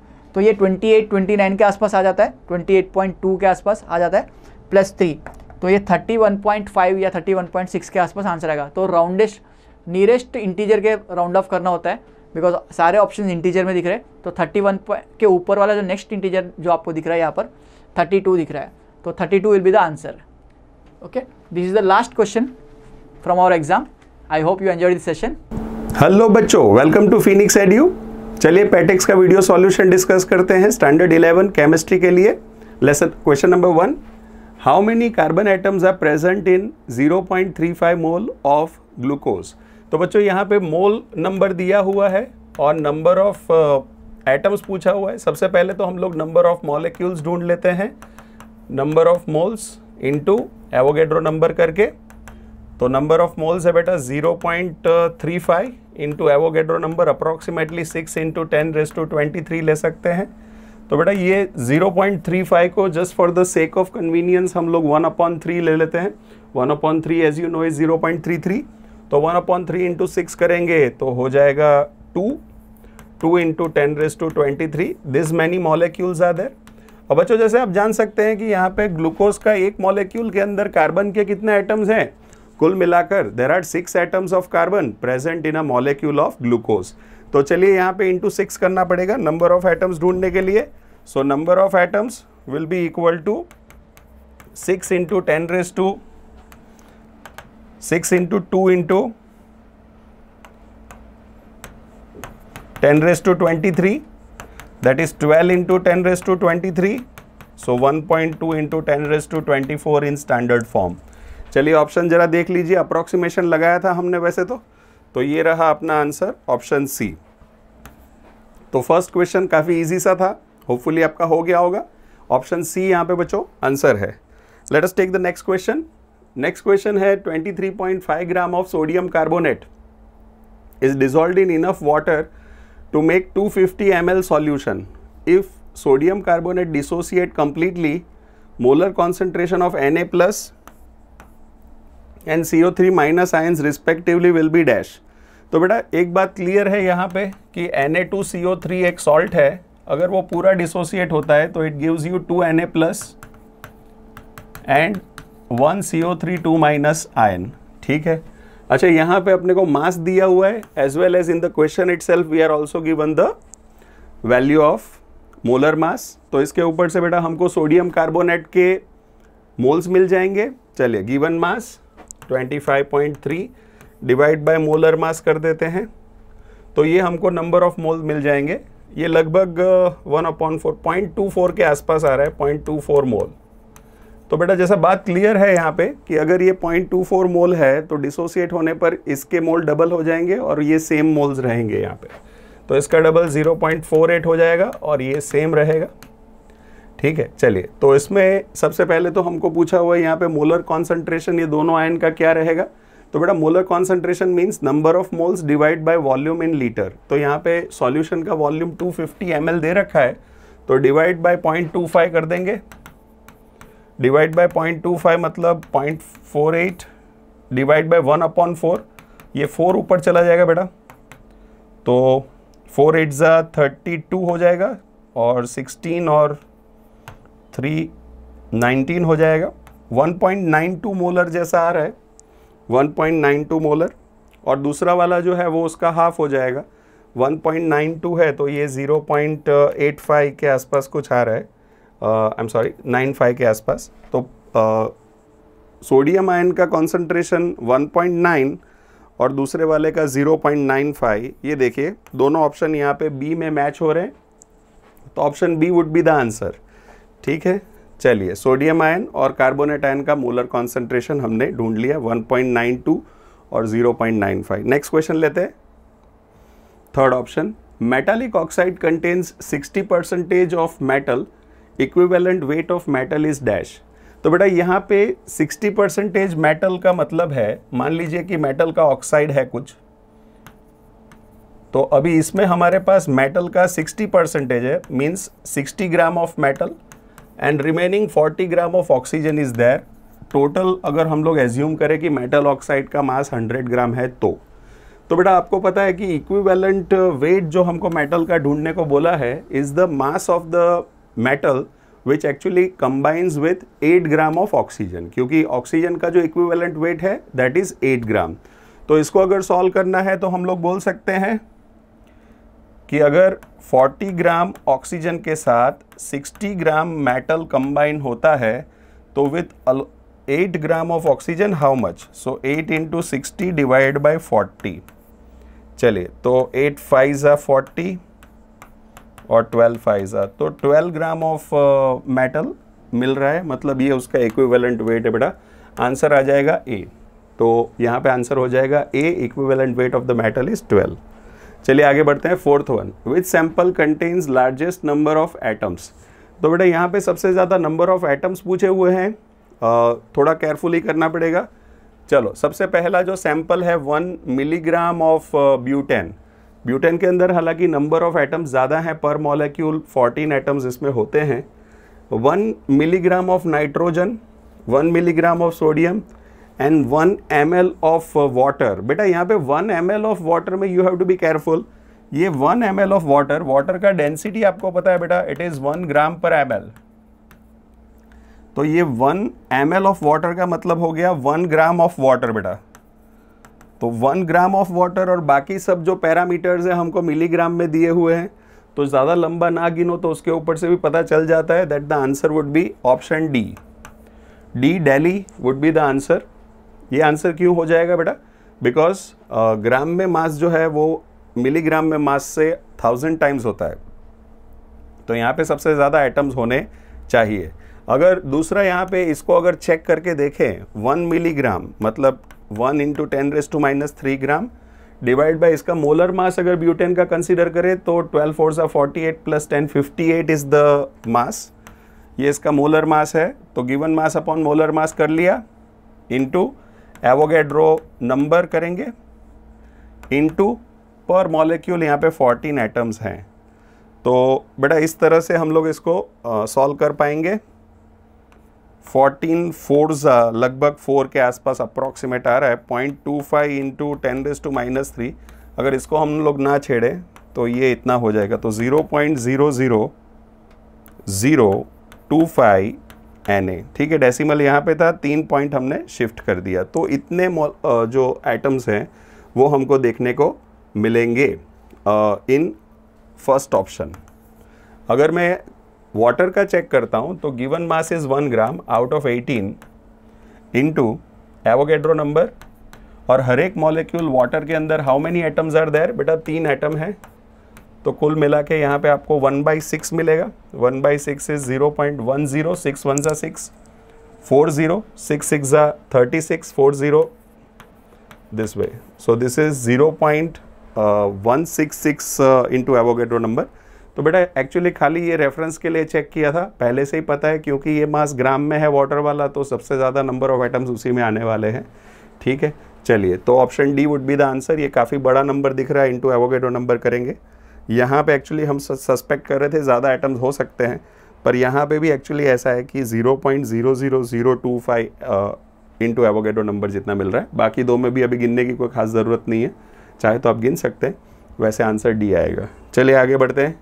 Number 5, in which case is the number of molecules of water maximum. ठीक है बेटा, यहाँ पे मॉलिक्यूल्स ही पूछा हुआ है, तो आप मोल नंबर के बारे में कंसर्न रहोगे तो उससे मॉलिक्यूल पता चल जाएंगे। As you know 1 mole of any substance contains 6 into 10⁻23 number of molecules, to be precise 6.022 कह सकते हैं। अच्छा, तो यहाँ पे हमारे पास 18 gram of water is there, 18 gram of water, और 0.18 ग्राम ऑफ वाटर भी दिया हुआ है यहाँ पे। एक काम करते हैं, मैं हर एक केस में मोल्स ढूंढ लेता हूँ, जिसमें मोल्स ज़्यादा मिलेंगे उसमें सबसे ज़्यादा नंबर ऑफ मॉलिक्यूल्स है, दैट्स व्हाट वी कैन से।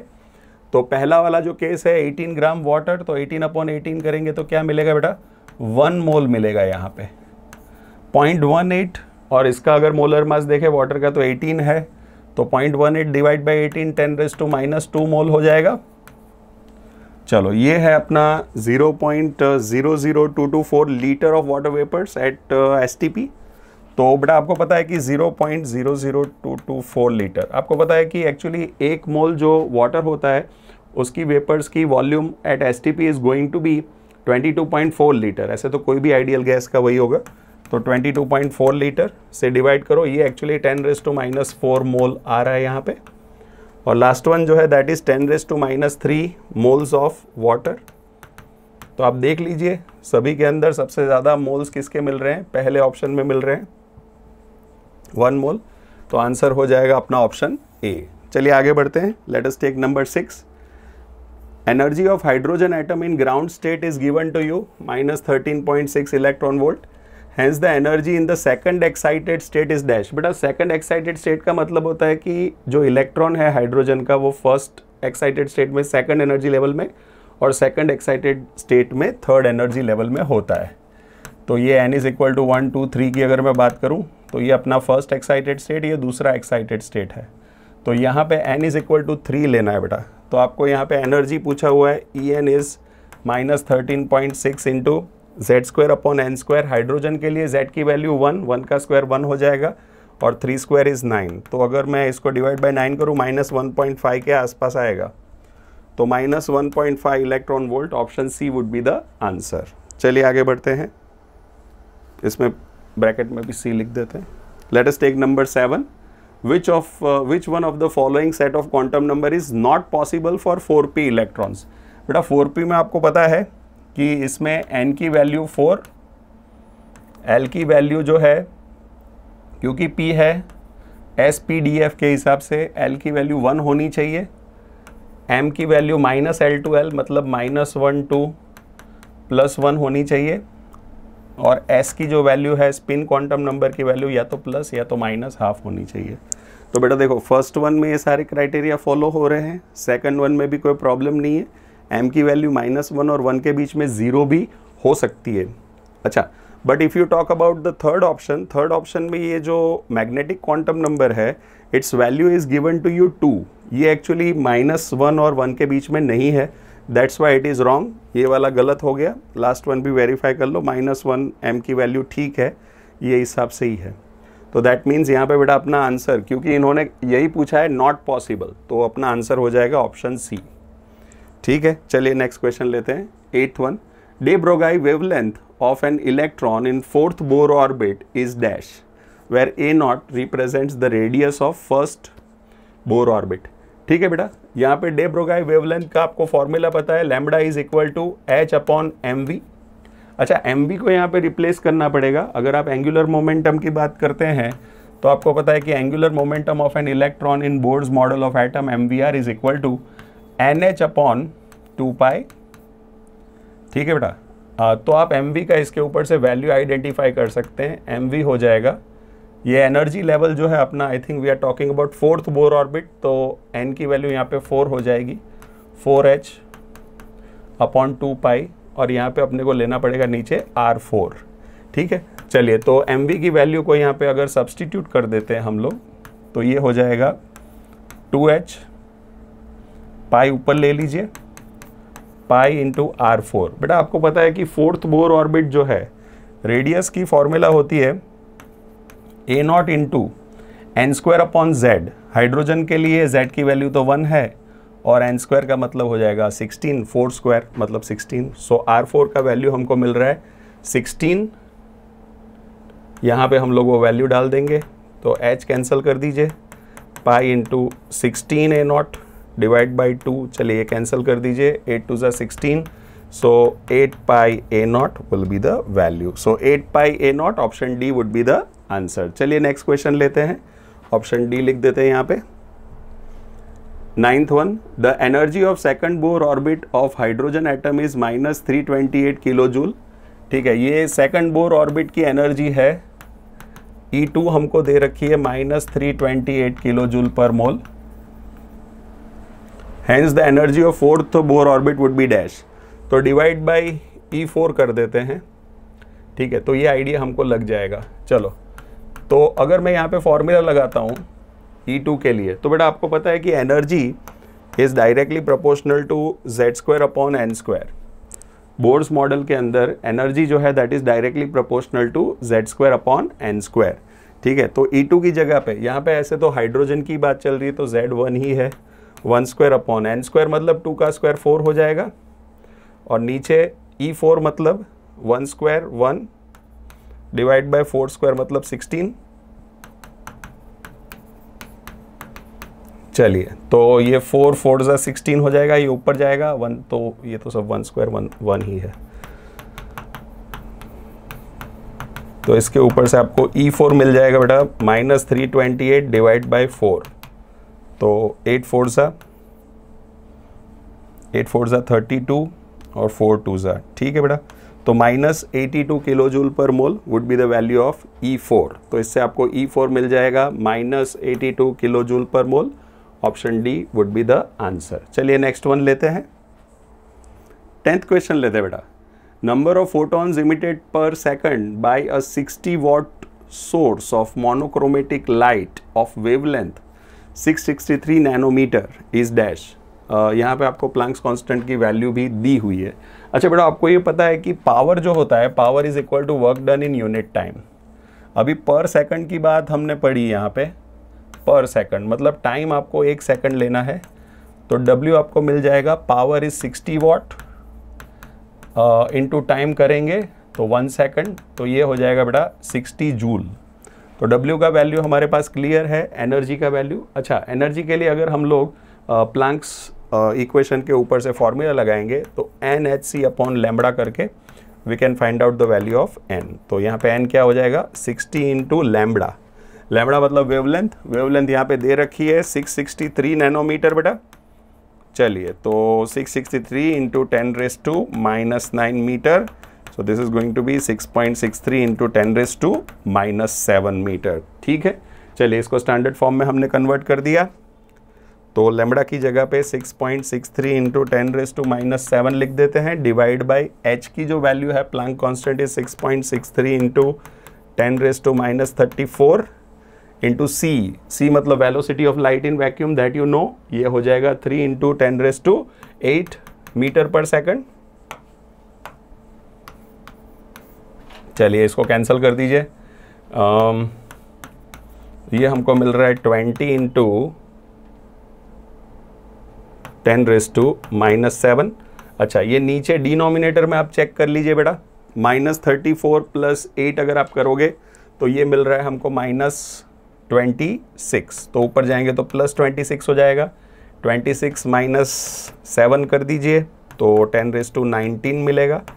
20 इंटू 10⁻19 या फिर 2 इंटू 10⁻20 जितने नंबर ऑफ एटम्स हमको मिलेंगे। ये रहा चमकता हुआ दिखाई पड़ रहा है ऑप्शन डी, तो 10th वन का आंसर हो जाएगा ऑप्शन डी। चलिए बेटा, नेक्स्ट क्वेश्चन लेते हैं, लेट्स टेक 11th वन। अच्छा, 11th वन में entries are listed in column 1 and 2, appropriate properties के साथ उसको मैच करना है, ठीक है।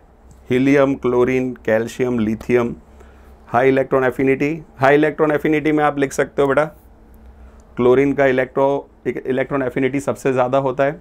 अच्छा, इसमें गलती मत कर देना, आपको पता है फ्लोरीन ब्लैक शीप एलिमेंट है, इसीलिए एक्चुअली फ्लोरीन का इलेक्ट्रोनेगेटिविटी तो सबसे ज़्यादा होता है, लेकिन when it comes two electron affinity तो फ्लोरीन की इलेक्ट्रॉन एफिनिटी जो है वो क्लोरीन से कम होती है, क्लोरीन की मैक्सिमम है।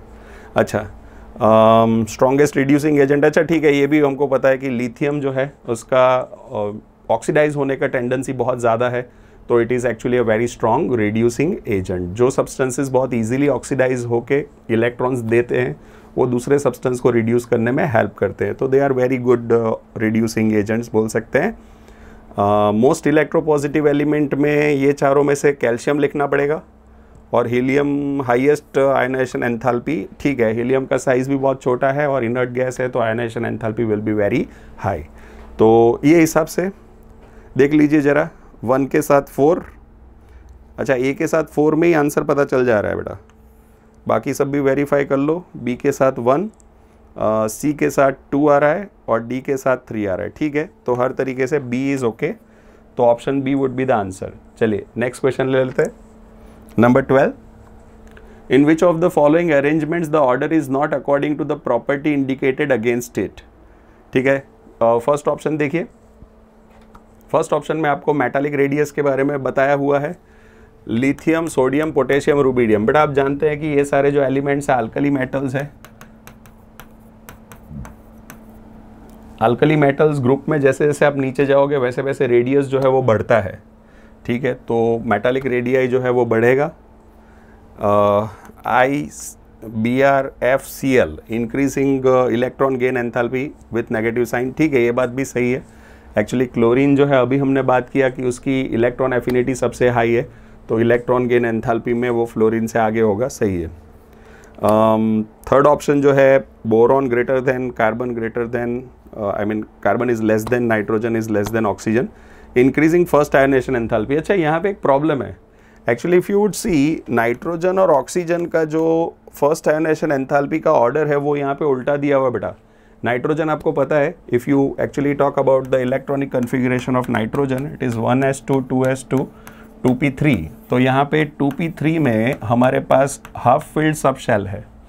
यहाँ पे ऑर्बिटल जब हाफ फिल्ड होती है तो उसकी स्टेबिलिटी बहुत हाई होती है बेटा, इसकी वजह से उसको आयनाइज कराने के लिए हमको ज़्यादा एनर्जी की ज़रूरत पड़ती है। तो इसी वजह से ये जो ऑर्डर है वो नाइट्रोजन और ऑक्सीजन में रिवर्स हो जाएगा, तो यहाँ पे ये मिस्टेक है। तो इन लोगों ने यही पूछा था not according to the property, तो ये आंसर हो जाएगा सी। चलिए ये वाला देख लेते हैं। एल्यूमिनियम की अगर बात करें, एल्यूमिनियम 3+, Mg2+, Na+ और F- in increasing order of ionic size, तो परफेक्टली सही है ये। आपको पता है कि बेसिकली जैसे जैसे यहाँ पे अगर आप रेडियस जो है वो बढ़ता जाएगा, आयनिक रेडियस बढ़ता जाएगा, बिकॉज इफेक्टिव न्यूक्लियर चार्ज जो है वो कम हो रहा है। आप उसको Z/E से भी कैरेक्टराइज कर सकते हैं।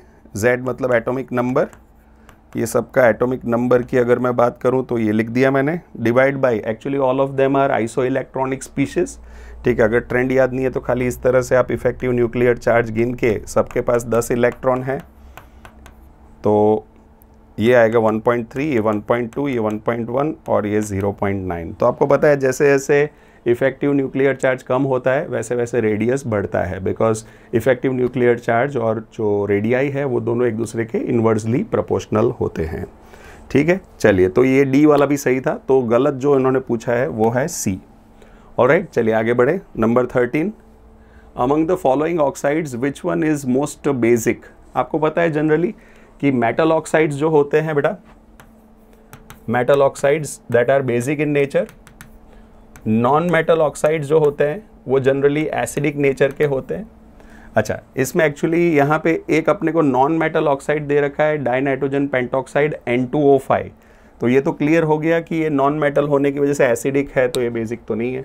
अच्छा, ये जिंक ऑक्साइड और Al2O3 वाला आपको पता है कि ये दोनों एम्फोटेरिक है, राइट। एम्फोटेरिक मतलब एसिड के साथ बेस की तरह बिहेव करते हैं और बेस के साथ एसिड की तरह बिहेव करते हैं, तो दैट्स वाई यहाँ पे एकदम प्योरली जो बेसिक है वो मैग्नीशियम ऑक्साइड ही है, तो सबसे ज़्यादा बेसिक जो रहेगा that is going to be magnesium oxide. ऐसे भी आप जानते हैं कि एस ब्लॉक के एलिमेंट्स जो होते हैं, एस ब्लॉक के एलिमेंट्स के मेटालिक कैरेक्टर बहुत ज़्यादा होने की वजह से their oxides are basic in nature, तो यहाँ पे एस ब्लॉक का एलिमेंट एक ही है हमारे पास, दैट इज़ मैग्नीशियम, ठीक है। चलिए आगे बढ़ते हैं। तो यहाँ पे आंसर अपना हो गया है बी। नंबर 14 लेते हैं। The correct order of ionic size of excuse me N3-, Na+, F-, Mg2+ and O2-। चलिए बेटा, तो यहाँ पे एक्चुअली आपको पता है कि जैसे जैसे माइनस चार्ज आता जाएगा वैसे वैसे साइज बढ़ता जाएगा आयनिक, और प्लस चार्ज जैसे जैसे बढ़ेगा वैसे वैसे साइज कम होता है। तो यहाँ पे सबसे बड़ा तो N3- ही है, इससे थोड़ा छोटा होगा O2-, इससे थोड़ा छोटा होगा F-, क्योंकि ये सारी आइसो इलेक्ट्रॉनिक स्पीशीज़ ही है, और सोडियम प्लस इससे छोटा है, और Mg2+ सबसे छोटा होगा। तो देख लीजिए बेटा किसके कौन से वाले ऑप्शन में ये फॉलो हो रहा है। यहाँ पे मैग्नीशियम सबसे बड़ा दिखा रहा है, ये तो गलत है। यहाँ पे मैग्नीशियम सबसे छोटा दिखा रहा है, पर यहाँ पे ऑर्डर बीच में रिवर्स हो जा रहा है, कुछ सीक्वेंस का भी इश्यू है, तो ये भी ठीक नहीं है। सी वाला देखो, Mg2+ से बड़ा, सोडियम प्लस से बड़ा, F- से बड़ा, O2- से बड़ा, N3-। ठीक है बेटा, यहाँ पे इंक्रीजिंग ऑर्डर दिया है, यहाँ पे हमने डिक्रीजिंग लिखा है, सही है, ये ऑर्डर तो सही है। लास्ट वाला भी देख लो। अच्छा, लास्ट वाले में यहाँ पे गड़बड़ी है थोड़ी, ये दोनों का साइन उल्टा हो गया यहाँ पे बीच में, तो ये भी गलत हो जाएगा। तो सही आंसर है ऑप्शन सी। चलिए नेक्स्ट क्वेश्चन ले ले। नंबर 15 लेते हैं। अच्छा, मैच द फॉलोइंग, अलग अलग टाइप के बॉन्ड्स दिए हुए हैं कंपाउंड के अंदर, what type of overlap is observed in it, ये मैच करना है। चलिए, carbon hydrogen bond in ethyne. अच्छा बेटा, आपको पता है कि इथाइन की अगर मैं बात करूं तो इसमें carbon is actually sp hybridised, और sp हाइब्रिडाइजेशन के साथ हाइड्रोजन का s ऑर्बिटल का ओवरलैपिंग आपको देखने को मिलेगा। तो sp और s वाला इथाइन का जो है a के साथ 1 का मैच सही है। POCl3 की बात करें तो POCl3 में in order to find out कि भाई PCl बॉन्ड, अच्छा PCl बॉन्ड में Cl का तो P रहेगा ओवरलैपिंग में, और P कौन सा हाइब्रिडाइजेशन दिखा रहा है वो देख लो ज़रा। P का हाइब्रिडाइजेशन तो यहाँ पे 1 2 3 4, ठीक है, 4 अपने पास सिग्मा बॉन्ड है, ठीक है, लोन पेयर है नहीं, तो टोटल अपना 4 ही आएगा। तो ये है sp3, तो sp3 और P ओवरलैप आपको इसमें देखने को मिलेगा। Br bond in Br3 minus, अच्छा Br3 माइनस इस तरह की अरेंजमेंट है, ब्रोमीन ब्रोमीन ब्रोमीन, ब्रोमीन के पास वैलेंस शेल में 7 इलेक्ट्रॉन है बेटा, 1 इलेक्ट्रॉन तो उसका बॉन्ड में समा गया है। अच्छा, ये वाले ब्रोमीन के पास भी 7 है, पर इन्होंने दोनों बॉन्ड में 1 इलेक्ट्रॉन कंट्रीब्यूट किए हैं, तो कुल मिला के इसके पास 5 बचने चाहिए, पर क्योंकि Br3 माइनस है तो 1 इलेक्ट्रॉन एक्स्ट्रा होना चाहिए, तो 5 की बजाय 6। तो इस तरह से बेटा ये जो अगर ब्रोमीन की मैं बात करूं तो उसके पास 2 सिग्मा बॉन्ड है और 1 2 और 3 लोन पेयर है, तो कुल मिला के 5 हो गया। तो ये हाइब्रिडाइजेशन है sp3d, तो ये sp3d और ब्रोमीन, दूसरे वाले ब्रोमीन का p ऑर्बिटल के बीच का इंटरेक्शन है, तो C जो है वो 2 के साथ जुड़ेगा, और carbon carbon bond in ethane, ये तो एकदम इजी हो गया, दोनों कार्बन का sp3 हाइब्रिडाइजेशन होता है बेटा, तो sp3 ओवरलैप। अच्छा, तो D का 4 के साथ जोड़ी बन रहा है, A का 1 के साथ और D का 4 के साथ, B का 3 के साथ और C का 2 के साथ, ठीक है बेटा। तो ये आंसर अपना क्लियर हो गया, आंसर इज ऑप्शन बी। चलिए लिख देते हैं, option B is the answer. आगे बढ़ते हैं। Match the following column 1 and column 2, ठीक है बेटा, इसको जरा मैच करना है।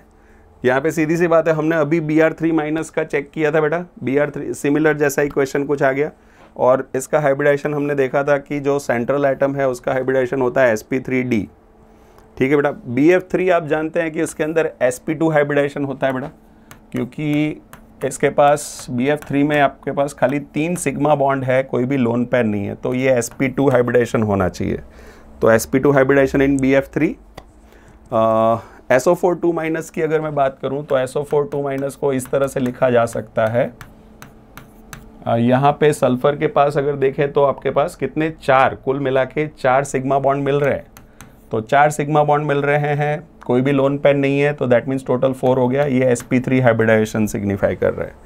तो सल्फेट के अंदर sp3 और बचा हुआ है XeF4, ठीक है। जेनॉन के अंदर XeF4 के अंदर xenon has got 1 electron involve in bond formation, कुल मिला के 8 इलेक्ट्रॉन थे, तो this would be the case, ठीक है।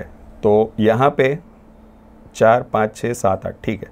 तो ये अपना हो गया 4 सिग्मा और 2 लोन पेयर, टोटल हो गया 6। ये हाइब्रिडाइजेशन है sp3d2, ऑलराइट। तो इस तरह से मैच हो जाएगा। चलिए, A के साथ आ रहा है 2, A के साथ 2, B के साथ आ रहा है 4, A के साथ 2, B के साथ 4, C के साथ आ रहा है 3, ये रहा C के साथ 3, और D के साथ 1 आ रहा है, ठीक है। ये सब तरीके से C सही है, A के साथ 2, B के साथ 4, C के साथ 3 और D के साथ 1, ऑलराइट। चलिए, तो option C would be the answer. Next question ले लेते हैं, नंबर 17।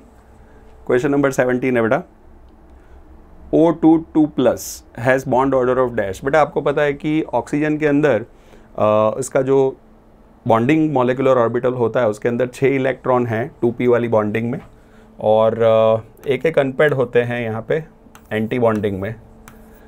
ये एक्चुअली मैं थोड़ा आपको केस बताऊँ इसका, this is the situation oxygen के अंदर। ये अपना सिग्मा बॉन्डिंग है और ये एंटी बॉन्डिंग है, पाई 2px और पाई 2py, ठीक है। और ये एंटी बॉन्डिंग है बेटा,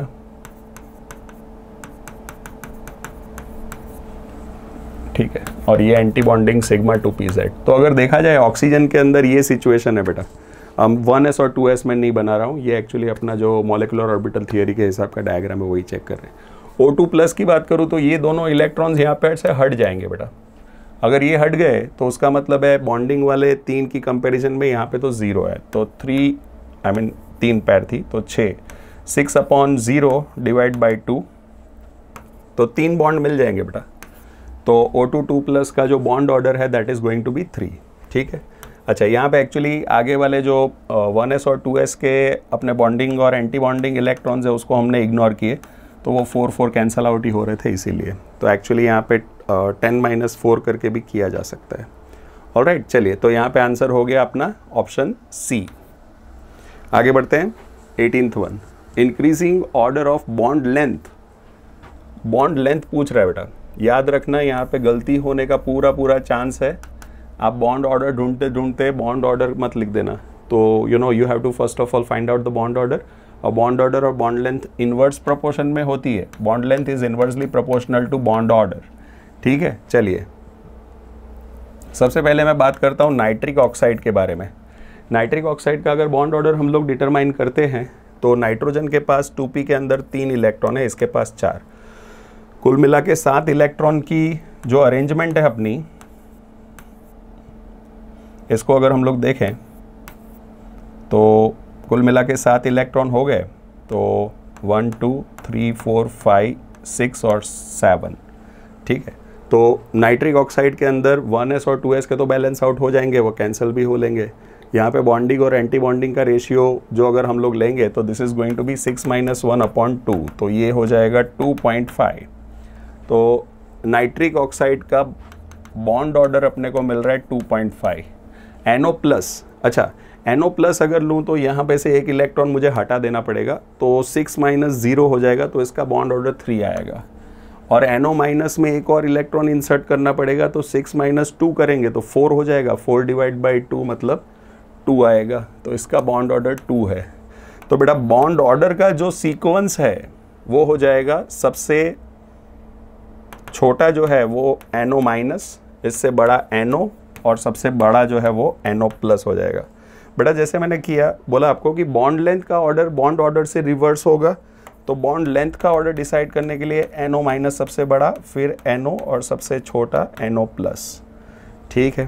तो NO- सबसे बड़ा, बाद में NO और सबसे छोटा NO+। हमने डिक्रीजिंग ऑर्डर लिखा है, इन्होंने यहाँ पे ऑप्शन में इंक्रीजिंग ऑर्डर दिया हुआ है, पर हर तरीके से देखते हुए ये सही ऑप्शन है, option B would be the answer, ठीक है। चलिए, अच्छा क्वेश्चन था ये।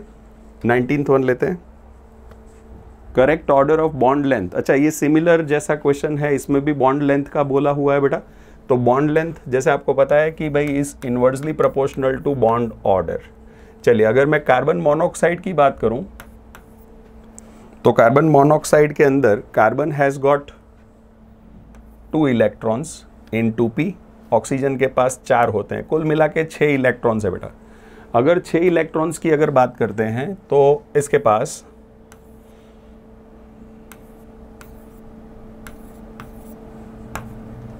6 इलेक्ट्रॉन्स है केवल, 4 और 2, ठीक है।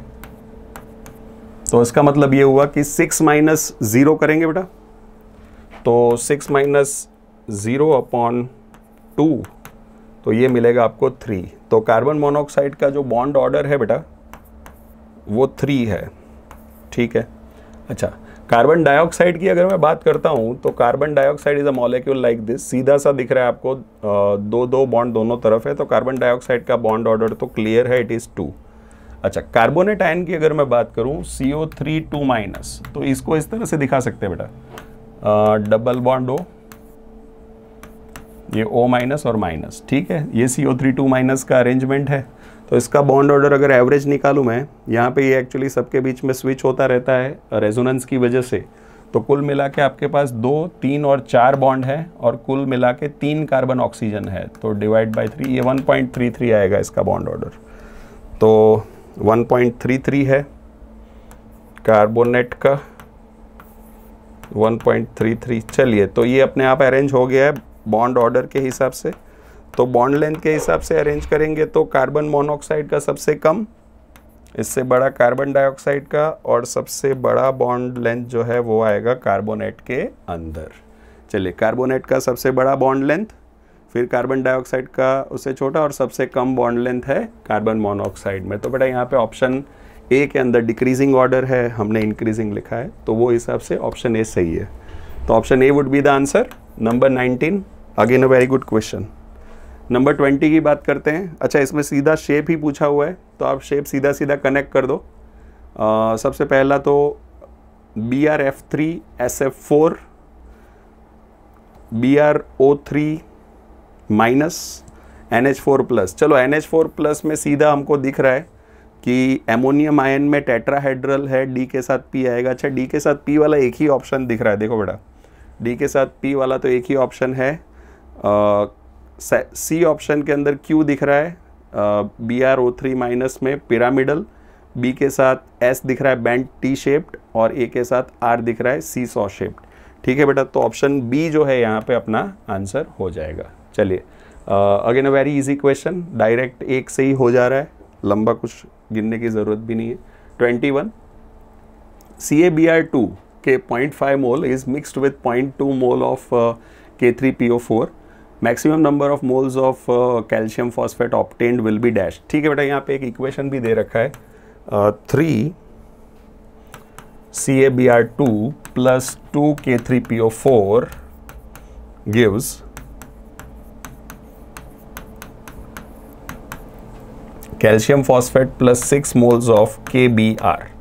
इस तरह से हो जाएगा। चलिए, तो यहाँ पे अपने पास 0.5 मोल है इसके CaBr2 के, और K3PO4 के अपने पास 0.2 मोल है, 0.2 मोल। तो maximum moles of Ca3PO4 twice हमको पूछे हुए हैं। ठीक है बेटा, ये इक्वेशन पहले से बैलेंस में ही है, तो अपना काम थोड़ा आसान हो जाता है। चलिए, सबसे पहले तो हम लोग इसमें लिमिटिंग रिएजेंट ढूंढ ले तो आई थिंक काम इजी हो जाएगा। खाली Ca3PO4 ट्वाइस के ही मोल ढूंढने हैं। तो इसके लिए सबसे पहले हम लोग क्या करते हैं, divide by stoichiometric coefficient. Moles जो दे रखे हैं उसको डिवाइड बाय स्टोइकियोमेट्रिक कोएफिशिएंट कर लीजिए, तो ये हो जाएगा 0.1 और 20, तो 6, तो ये हिसाब से ये हो जाएगा 0.17। ठीक है, ये वैल्यू कम है, तो बेटा इसका मतलब है K3PO4 जो है calcium phosphate, this is going to be the limiting reagent. ठीक है, तो इससे दिख ही रहा है कि ये 2 मोल से ये 1 मोल बनता है, तो हाफ करना है, मतलब 0.2 का हाफ करोगे तो 0.1 मोल आएगा। तो कैल्शियम फॉस्फेट जो है Ca3PO4 ट्वाइस, इसका मोल आएगा 0.1, तो option D would be the answer. चलिए, ये 21 हो गया। Let us take the next question, number 22। The plot of square root of frequency of X-ray emitted against atomic number led to suggestion of which law or which rule? बेटा ये तो actually Henry मॉसली का graph के बारे में बात कर रहे हैं। हेनरी मॉसली के ग्राफ से क्या ढूंढा गया था? तो that was actually a foundation for the modern periodic table. तो इससे हमको मिलता है मॉडर्न पीरियोडिक लॉ। तो ये रहा option B, modern periodic law would be the answer. चलिए, नंबर 23 ले ले। Which overlapping is involve in HCl molecule? बेटा एकदम ईजी सा है। HCl में हाइड्रोजन का s ऑर्बिटल और Cl का p ऑर्बिटल इन्वॉल्व है। s और p ओवरलैप इसमें इन्वॉल्व देखने को मिलेगा, तो sp overlapping, option D would be the answer. चलिए, नेक्स्ट क्वेश्चन ले लेते हैं।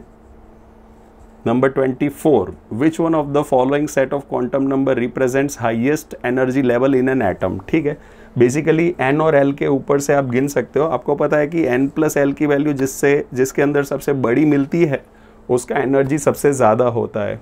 ठीक है, तो ये आइडेंटिफाई करे बगैर खाली हम लोग अगर n प्लस l को टोटल करें तो भी पता चल रहा है यहाँ पे डेटा के ऊपर से कि सबसे ज़्यादा एनर्जी जो है वो किसकी आ रही है, ऑप्शन सी की।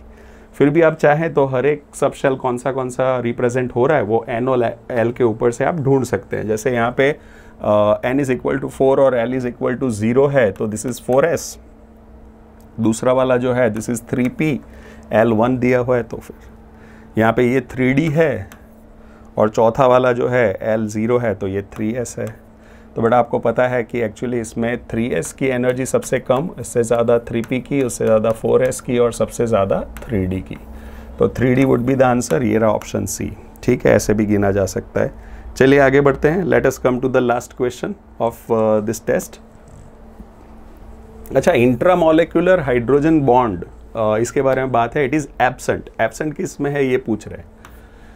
आपको पता है बेटा कि इंट्रामोलिकुलर हाइड्रोजन बॉन्ड बनाने के लिए आपको पोलैरिटी चाहिए एडजॉइनिंग पे। यहाँ पे एक्चुअली देखने जाएं तो ऑर्थो पोजीशन पे ही सारे ग्रुप्स लगे हुए हैं।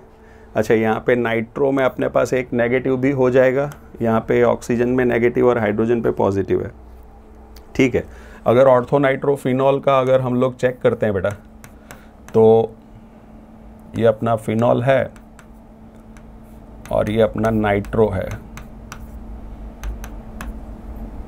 ये प्लस डेल्टा, ये माइनस डेल्टा। ठीक है, तो इसके अंदर यहाँ पे H बॉन्डिंग दिख रही है। इसी तरह से आपको H बॉन्डिंग बेटा यहाँ पे तो है, एब्सेंट चाहिए अपने को, तो ये तो आंसर नहीं है। अच्छा, इसमें भी हो जाएगी। यहाँ पे भी ऑक्सीजन है, इलेक्ट्रोनेगेटिविटी का डिफरेंस क्रिएट हो जा रहा है। अच्छा, यहाँ पे भी क्रिएट हो जा रहा है। ये दोनों भी आंसर नहीं है। अच्छा, यहाँ पे नहीं हो पाएगा। यहाँ पे ऑक्सीजन, नाइट्रोजन, फ्लोरीन जैसा हाईली इलेक्ट्रोनेगेटिव एटम नहीं है, तो ये नहीं बन पाएगा। ठीक है बेटा, तो ये अपना ऑप्शन क्लियर हो गया। Option C would be the answer. ठीक है, ऑप्शन सी लिख दीजिए। चलिए बेटा, तो with this the discussion of petex chemistry is over. Thanks for joining. चलो बच्चों, अब आप फिजिक्स और केमिस्ट्री का सोल्यूशन देख चुके हैं पेटेक्स का, तो अब हम लोग देखेंगे आगे बायोलॉजी का सोल्यूशन। ठीक है, तो बायोलॉजी में टोटल आपने 30 क्वेश्चंस अटेम्प्ट करे होंगे, वही 1 बाय 1 हम लोग सॉल्व करेंगे। तो सबसे पहले क्वेश्चन से स्टार्ट करते हैं। Match the columns for house fly classification. तो आपको क्लासिफिकेशन किसका गिवन है बेटा? हाउस फ्लाई का गिवन है। उसके लिए आपको कॉलम 1 एंड कॉलम 2 गिवन है। कॉलम 1 में आपको सारी कैटेगरीज दिख रही हैं, family, order, class and phylum, right. अभी अगर हम फैमिली देखें बेटा, तो हाउस फ्लाई के लिए जो फैमिली है, फैमिली कौन सी आ जाती है? फैमिली वहां पे आ जाएगी म्यूसिडे। मतलब ये हो गया आपका ए के साथ 3 मैच करना है हमें। ऑर्डर कौन सा देखेंगे? ऑर्डर आ जाएगा यहाँ पे बेटा डिप्टेरा, तो बी आ जाएगा यहाँ पे 1 के साथ, तो A3B1 आपको एक ही ऑप्शन में दिख रहा है and that is option A. बाकी के ऑप्शंस मैच करते हैं। सी के साथ हमें 4 मैच करना है, देखिए क्लास इंसेक्टा, एंड डी मतलब फाइलम, फाइलम हो जाएगा आपका आर्थ्रोपोडा। तो यहाँ पे क्वेश्चन नंबर 1 का आंसर हो गया ऑप्शन नंबर ए। नेक्स्ट क्वेश्चन देखेंगे। Nomenclature is governed by certain universal rules. Which one of the following is contrary to the rules of nomenclature? मतलब हमें odd one out find out करना है। The names are written in Latin and are italicized. ये सही है बेटा। When written by hand, the names are to be underlined. जब हम लोग लिखते हैं राइट, हैंड रिटन नेम्स को हम लोग क्या करेंगे? जीनस एंड स्पीशीज को अलग अलग अंडरलाइन करते हैं। Biological names can be written in any language. नहीं बेटा, बायोलॉजिकल नेम्स हमेशा कौन सी लैंग्वेज में होने चाहिए? Latin language. तो सी ऑप्शन यहाँ पे क्या हो गया बेटा? Incorrect. The first word in a biological name represents the genus name and the second name is specific epithet। वो बिल्कुल सही ऑप्शन है बेटा। क्वेश्चन नंबर 3 देखिए। What is correct for dogs, rice and mammals? अब ये सारे देखो बेटा, ये एनिमल है डॉग, राइस प्लांट है, मैमल आपका क्या है? एक कैटेगरी है। तो अगर हम तीनों को साथ में देखते हैं तो ये तीनों साथ में क्या है? टेक्सा। क्या कहते हैं हम लोग इन्हें? टेक्सा। तो यहाँ पे करेक्ट ऑप्शन क्या हो जाएगा? Option C, that is in scientific term these categories are called taxa. This is the correct answer. Question number 4 देखिए। They are reproduced by fragmentation. अभी जब भी हम कहते हैं बेटा कि रिप्रोडक्शन का, एसेक्सुअल रिप्रोडक्शन का मेथड फ्रेगमेंटेशन है, मतलब आपका ऑर्गेनिज्म कैसा है? तो ऑर्गेनिज्म आपका वहां पे फिलामेंटस होना चाहिए। तो फंजाई फिलामेंटस होते हैं। Filamentous algae for example Ulothrix and Spirogyra, protonema of mosses. तो तीनों फॉर्म्स कैसे हैं आपके? फिलामेंटस है, so they can reproduce by fragmentation. तो आंसर क्या आ जाएगा बेटा यहाँ पे? All are correct. Next question देखिए। The system of providing a name with 2 components. ऐसा नाम जिसके पास 2 कंपोनेंट है, मतलब आपका जीनस प्लस स्पीशीज, 2 वर्ड से बना हुआ एक नाम, मतलब वो नॉमेनक्लेचर को हम लोग कहेंगे binomial nomenclature, which was given by Linnaeus. Group of orders is called. अभी ऑर्डर को जब हम ग्रुप करते हैं तो बेटा हमें पता है कैटेगरीज कितनी थी, किंग मतलब किंगडम, फिर आएगा आपका फाइलम, फिर then class, order, family, genus and species, right. ऐसे करके टोटल कितनी कैटेगरीज थी, 7। तो अगर हम ऑर्डर को ग्रुप करेंगे तो ऑर्डर को ग्रुप करके किस में प्लेस करेंगे, हम लोग क्लास में प्लेस करेंगे, राइट। तो orders, group of orders is called, तो group of orders is called class. तो यहाँ पे आंसर क्या आ जाएगा बेटा, option number C. Family of homo sapiens, homo sapiens मतलब ह्यूमंस, तो ह्यूमंस की फैमिली कौन सी है, होमिनिडे। कौन सी फैमिली है हमारी, होमिनिडे। म्यूसिडे किसकी फैमिली थी, अभी हमने देखा बेटा हाउस फ्लाई की। तो होमोसेपियंस की फैमिली कौन सी हो जाएगी, होमिनिडे। तो करेक्ट आंसर क्या हो जाएगा यहाँ पे, option number B. Sapindales word indicates, अभी Sapindales is the order for mango, right. तो Sapindales is the order of Mangifera indica, family कौन सी, एनाकार्डिएसी।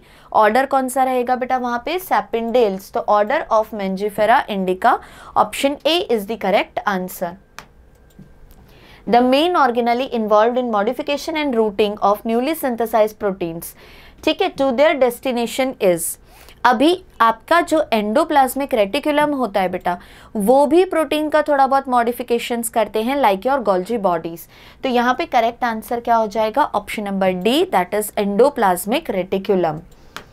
नेक्स्ट क्वेश्चन देखिए, the structures that help some bacteria to attach to rocks. पहली बात तो यहाँ पे मार्क करिए बेटा, बैक्टीरिया गिवन है आपको, प्रोकैरियोटिक सेल गिवन है, वहां पे जो स्ट्रक्चर्स हेल्प करते हैं बैक्टीरिया को अटैच होने के लिए ऑन दी रॉक्स और host tissues, they are fimbriae. Surface appendage का नाम क्या है यहाँ पे, fimbriae. Next question, identify the correct matching. दो कॉलम्स आपको गिवन है, column A and column B. Column A में पहला ऑप्शन पढ़िए बेटा, पिनोसाइटोसिस। पिनोसाइटोसिस मतलब लिक्विड फूड का कंजम्पशन। अगर आप सॉलिड फूड कंज्यूम कर रहे हैं तो उसे हम लोग क्या कहते हैं, फेगोसाइटोसिस। लाइसोसोम्स के अंदर पीएच कैसा रहता है आपका, एसिडिक। तो A5B3, RER मतलब रफ एंडोप्लाज्मिक रेटिकुलम, उनके पास क्या प्रेजेंट होते हैं, राइबोसोम्स। तो यहाँ पे राइबोसोम्स के लिए हो जाएगा सी। सेंट्रियोल कहाँ पे प्रेजेंट है, अभी सेंट्रियोल बेटा सेल वॉल के साथ कोई कनेक्शन नहीं है। Centrioles are found in animal cell, they are absent in your plant cell. तो ए के लिए आपका 5 आ जाएगा, बी के लिए 3। तो A5B3 हमें दो जगह पे दिख रहा है। सी के लिए वी हैव रिटन 4। तो A5B3 and C4, that is option number D is the correct answer.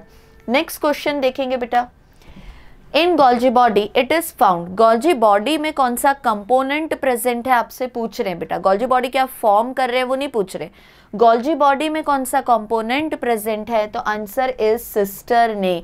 Golgi body के पास क्या प्रेजेंट होते हैं, सिस्टर्ने, जिसके दो फेसेस रहते हैं, convex and concave, cis face and trans face. Which of the following is not correct. बेटा देखो ध्यान दो, ऐसे क्वेश्चंस पे क्या लिखा हुआ है यहाँ पे, नॉट करेक्ट, मतलब आपको इनकरेक्ट ऑप्शन फाइंड आउट करना है। Robert Brown discovered the cell, पहला ही स्टेटमेंट पढ़िए, Robert Hooke has discovered the cell. Robert Brown ने क्या डिस्कवर किया था, nucleus. The organelles that are included in the endomembrane system are, endomembrane system के कौन कौन से organelle, Golgi body, endoplasmic reticulum, lysosome and vacuoles. क्या हमें कहीं पे दिख रहा है, endoplasmic reticulum, Golgi complex, lysosomes and vacuoles, that is option number B. Next question देखिए, Which of the following function is carried out by cytoskeleton in a cell? Cytoskeleton के functions क्या क्या हैं, तो वो शेप मेंटेन करते हैं, mechanical support देते हैं and motility. 3 he functions mention है एनसीईआरटी में, उसी में से ये क्वेश्चन है बेटा, कौन कौन से functions, maintains the shape of the cell, provides mechanical support and motility. तो क्या हमें मोटिलिटी यहाँ पे दिख रहा है, यस बच्चों, कहाँ पे गिवन है, option number D. Next question देखिए, Who gave the word chromatin? Chromatin word किसने दिया था, तो chromatin word was given by Fleming. Chromatin word was given by Fleming for the substances present inside the nucleus which can be colored, which can be stained. A typical fat molecule is made up of, किसका composition पूछ रहा है बेटा, fat molecule का composition. तो fat is made up of 1 glycerol and 3 fatty acid. तो answer आ जाएगा आपका option number D, 1 glycerol and 3 fatty acid molecules. Which one of the following statement is wrong? Incorrect answer पूछा है आपसे बेटा, incorrect ऑप्शन आपको सिलेक्ट करना है। Uracil is a pyrimidine is a correct option. Glycine is a sulphur containing amino acid, no. Glycine के पास बेटा साइड चेन के अंदर हाइड्रोजन प्रेजेंट होता है, कोई सल्फर प्रेजेंट नहीं है, तो option B is the incorrect answer. Which one is the most abundant protein in the animal world? Most abundant protein सिर्फ कहाँ पे बेटा, पूरे बायोस्फीयर का नहीं पूछा है। अगर पूरे बायोस्फीयर का पूछते तो आंसर हो जाता आपका rubisco, but they are asking you for only animal world. तो एनिमल वर्ल्ड के लिए मोस्ट अबेंडेंट प्रोटीन कौन सा हो जाएगा बेटा, कोलाजन। नेक्स्ट क्वेश्चन देखिए, how many carbons are present in arachidonic acid. Arachidonic acid के पास बेटा 20 कार्बन आर देयर। एनसीईआरटी का डेटा, कितने कार्बन है आपके एराकिडोनिक एसिड के पास, 20 कार्बन। अगर पूछते बेटा पामेटिक एसिड तो आंसर होता 16 कार्बन। स्ट्रक्चर गिवन है same, again the structure is taken from NCERT. तो ये स्ट्रक्चर क्या है बेटा, आइडेंटिफाई करना है हमें स्ट्रक्चर। तो this is the structure of cholesterol. Cholesterol एक ऐसा डिराइव्ड लिपिड है बेटा जहाँ पे फैटी एसिड्स भी नहीं है, ग्लिसरॉल भी नहीं है, बट इनकी जो प्रॉपर्टीज है they are similar to your lipids, so they are grouped under lipids, right. तो कोलेस्ट्रॉल का स्ट्रक्चर यहाँ पे गिवन है। Choose the type of enzyme involved in the following reaction. अभी आप रिएक्शन देखिए बेटा ध्यान से, ये जो S है ठीक है, इसके साथ एक G अटैच था, हमने ग्रुप को ट्रांसफर किया ऑन S डैश। G वाले ग्रुप को आपने ट्रांसफर किया, ये G वाले ग्रुप को आपने कहाँ ट्रांसफर किया, देखो S डैश पे, तो ट्रांसफर किया ना ग्रुप को। तो एंजाइम कौन सा हो जाएगा बेटा, ट्रांसफरेज। क्लासिफिकेशन में कौन सा क्लास आप लेंगे, ट्रांसफरेज।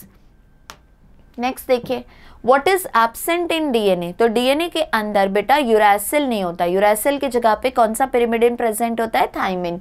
तो यहाँ पे यू प्रेजेंट नहीं रहता डीएनए में। Identify the given amino acid. अभी अमाइनो एसिड में बेटा सिर्फ साइड चेन पे फोकस करिए, बाकी के सारा स्ट्रक्चर तो कैसा रहेगा, सेम। साइड चेन यहाँ पे क्या दिख रहा है बेटा, साइड चेन यहाँ पे मुझे दिख रहा है मिथाइल ग्रुप। मिथाइल ग्रुप कहाँ पे प्रेजेंट है, तो एलेनिन के पास प्रेजेंट होती है, राइट। सीरिन के पास क्या प्रेजेंट रहता है, हाइड्रोक्सी मिथाइल। ग्लाइसिन के पास क्या प्रेजेंट रहता है, H। एस्पार्टिक एसिड आपका एसिडिक अमाइनो एसिड है, तो फिर साइड चेन में COOH होना चाहिए था, बट यहाँ पे मिथाइल गिवन है, तो अमाइनो एसिड कौन सा हो जाएगा, alanine. In meiosis crossing over is initiated at. Meiosis में बेटा क्रॉसिंग ओवर कब इनिशिएट होता है, तो मियोसिस में जो आपका प्रोफेज 1 रहता है, राइट। आप प्रोफेज 1 को भी बेटा डिवाइड करते हैं इनटू 5 सब स्टेजेस, ठीक है। कौन कौन से, लैप्टोटिन, जाइगोटिन, पैकाइटिन, डिप्लोटिन एंड डायकाइनेसिस। इसमें से जो आपका थर्ड स्टेज होता है दैट इज पैकाइटिन, तब आपका क्रॉसिंग ओवर इनिशिएट होता है, तो यहाँ पे आंसर क्या हो जाएगा, ऑप्शन नंबर सी। नेक्स्ट देखिए, during gamete formation the enzyme recombinase participates during. अभी हमने किया बेटा आपका प्रोफेज 1 में पैकाइटिन में जब क्रॉसिंग ओवर इनिशिएट होता है तभी आपका रिकॉम्बिनेज एंजाइम वहाँ पे फंक्शन परफॉर्म करते हैं। तो रिकॉम्बिनेज कहाँ पार्टिसिपेट करेगा, prophase 1, so the answer is option number C. Identify the following diagram. अब आपको ये जो डायग्राम दिखा रहे हैं बेटा, देखो 2 न्यूक्लियस का फॉर्मेशन हो चुका है एंड सेल स्टार्ट कर चुका है बेटा साइटोकाइनेसिस, आपको क्लीवेज फरो का फॉर्मेशन दिख रहा है, राइट। तो यहाँ पे आंसर क्या होगा, it should be the end of karyokinesis. किसका एंड होना चाहिए, nuclear division, that is karyokinesis. तो आंसर क्या आ जाएगा यहाँ पे, टेलोफेज, ठीक है। In oocytes of some vertebrates, the stage can last for months or years. oocytes में बेटा जो आपके प्राइमरी oocyte है, they will stop their division, they will halt their division during prophase 1. prophase 1 के कौन से स्टेज में, that is diplotin. तो यहाँ पे आंसर क्या आ जाएगा बेटा, option number D, diplotene. For several months और ईयर्स वो इसी स्टेज में अपना मियोसिस 1 क्या करेंगे बेटा, रोक देंगे। The final stage of meiotic prophase 1 is, पूछ रहे हैं बेटा प्रोफेज 1 का लास्ट स्टेज, अभी हमने 5 सब स्टेजेस के नाम दिए थे, लैप्टोटिन, जाइगोटिन, पैकाइटिन, डिप्लोटिन, डायाकाइनेसिस, तो लास्ट कौन सा आया बेटा, डायाकाइनेसिस।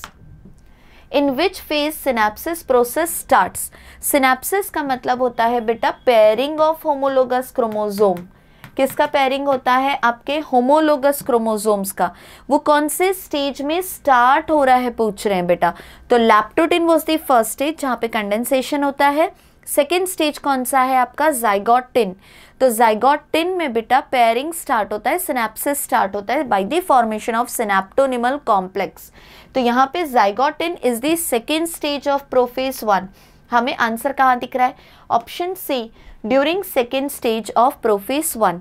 तो बेटा इसी के साथ हमारा पेटेक्स का बायोलॉजी का सोल्यूशन हो गया फिनिश। Thank you.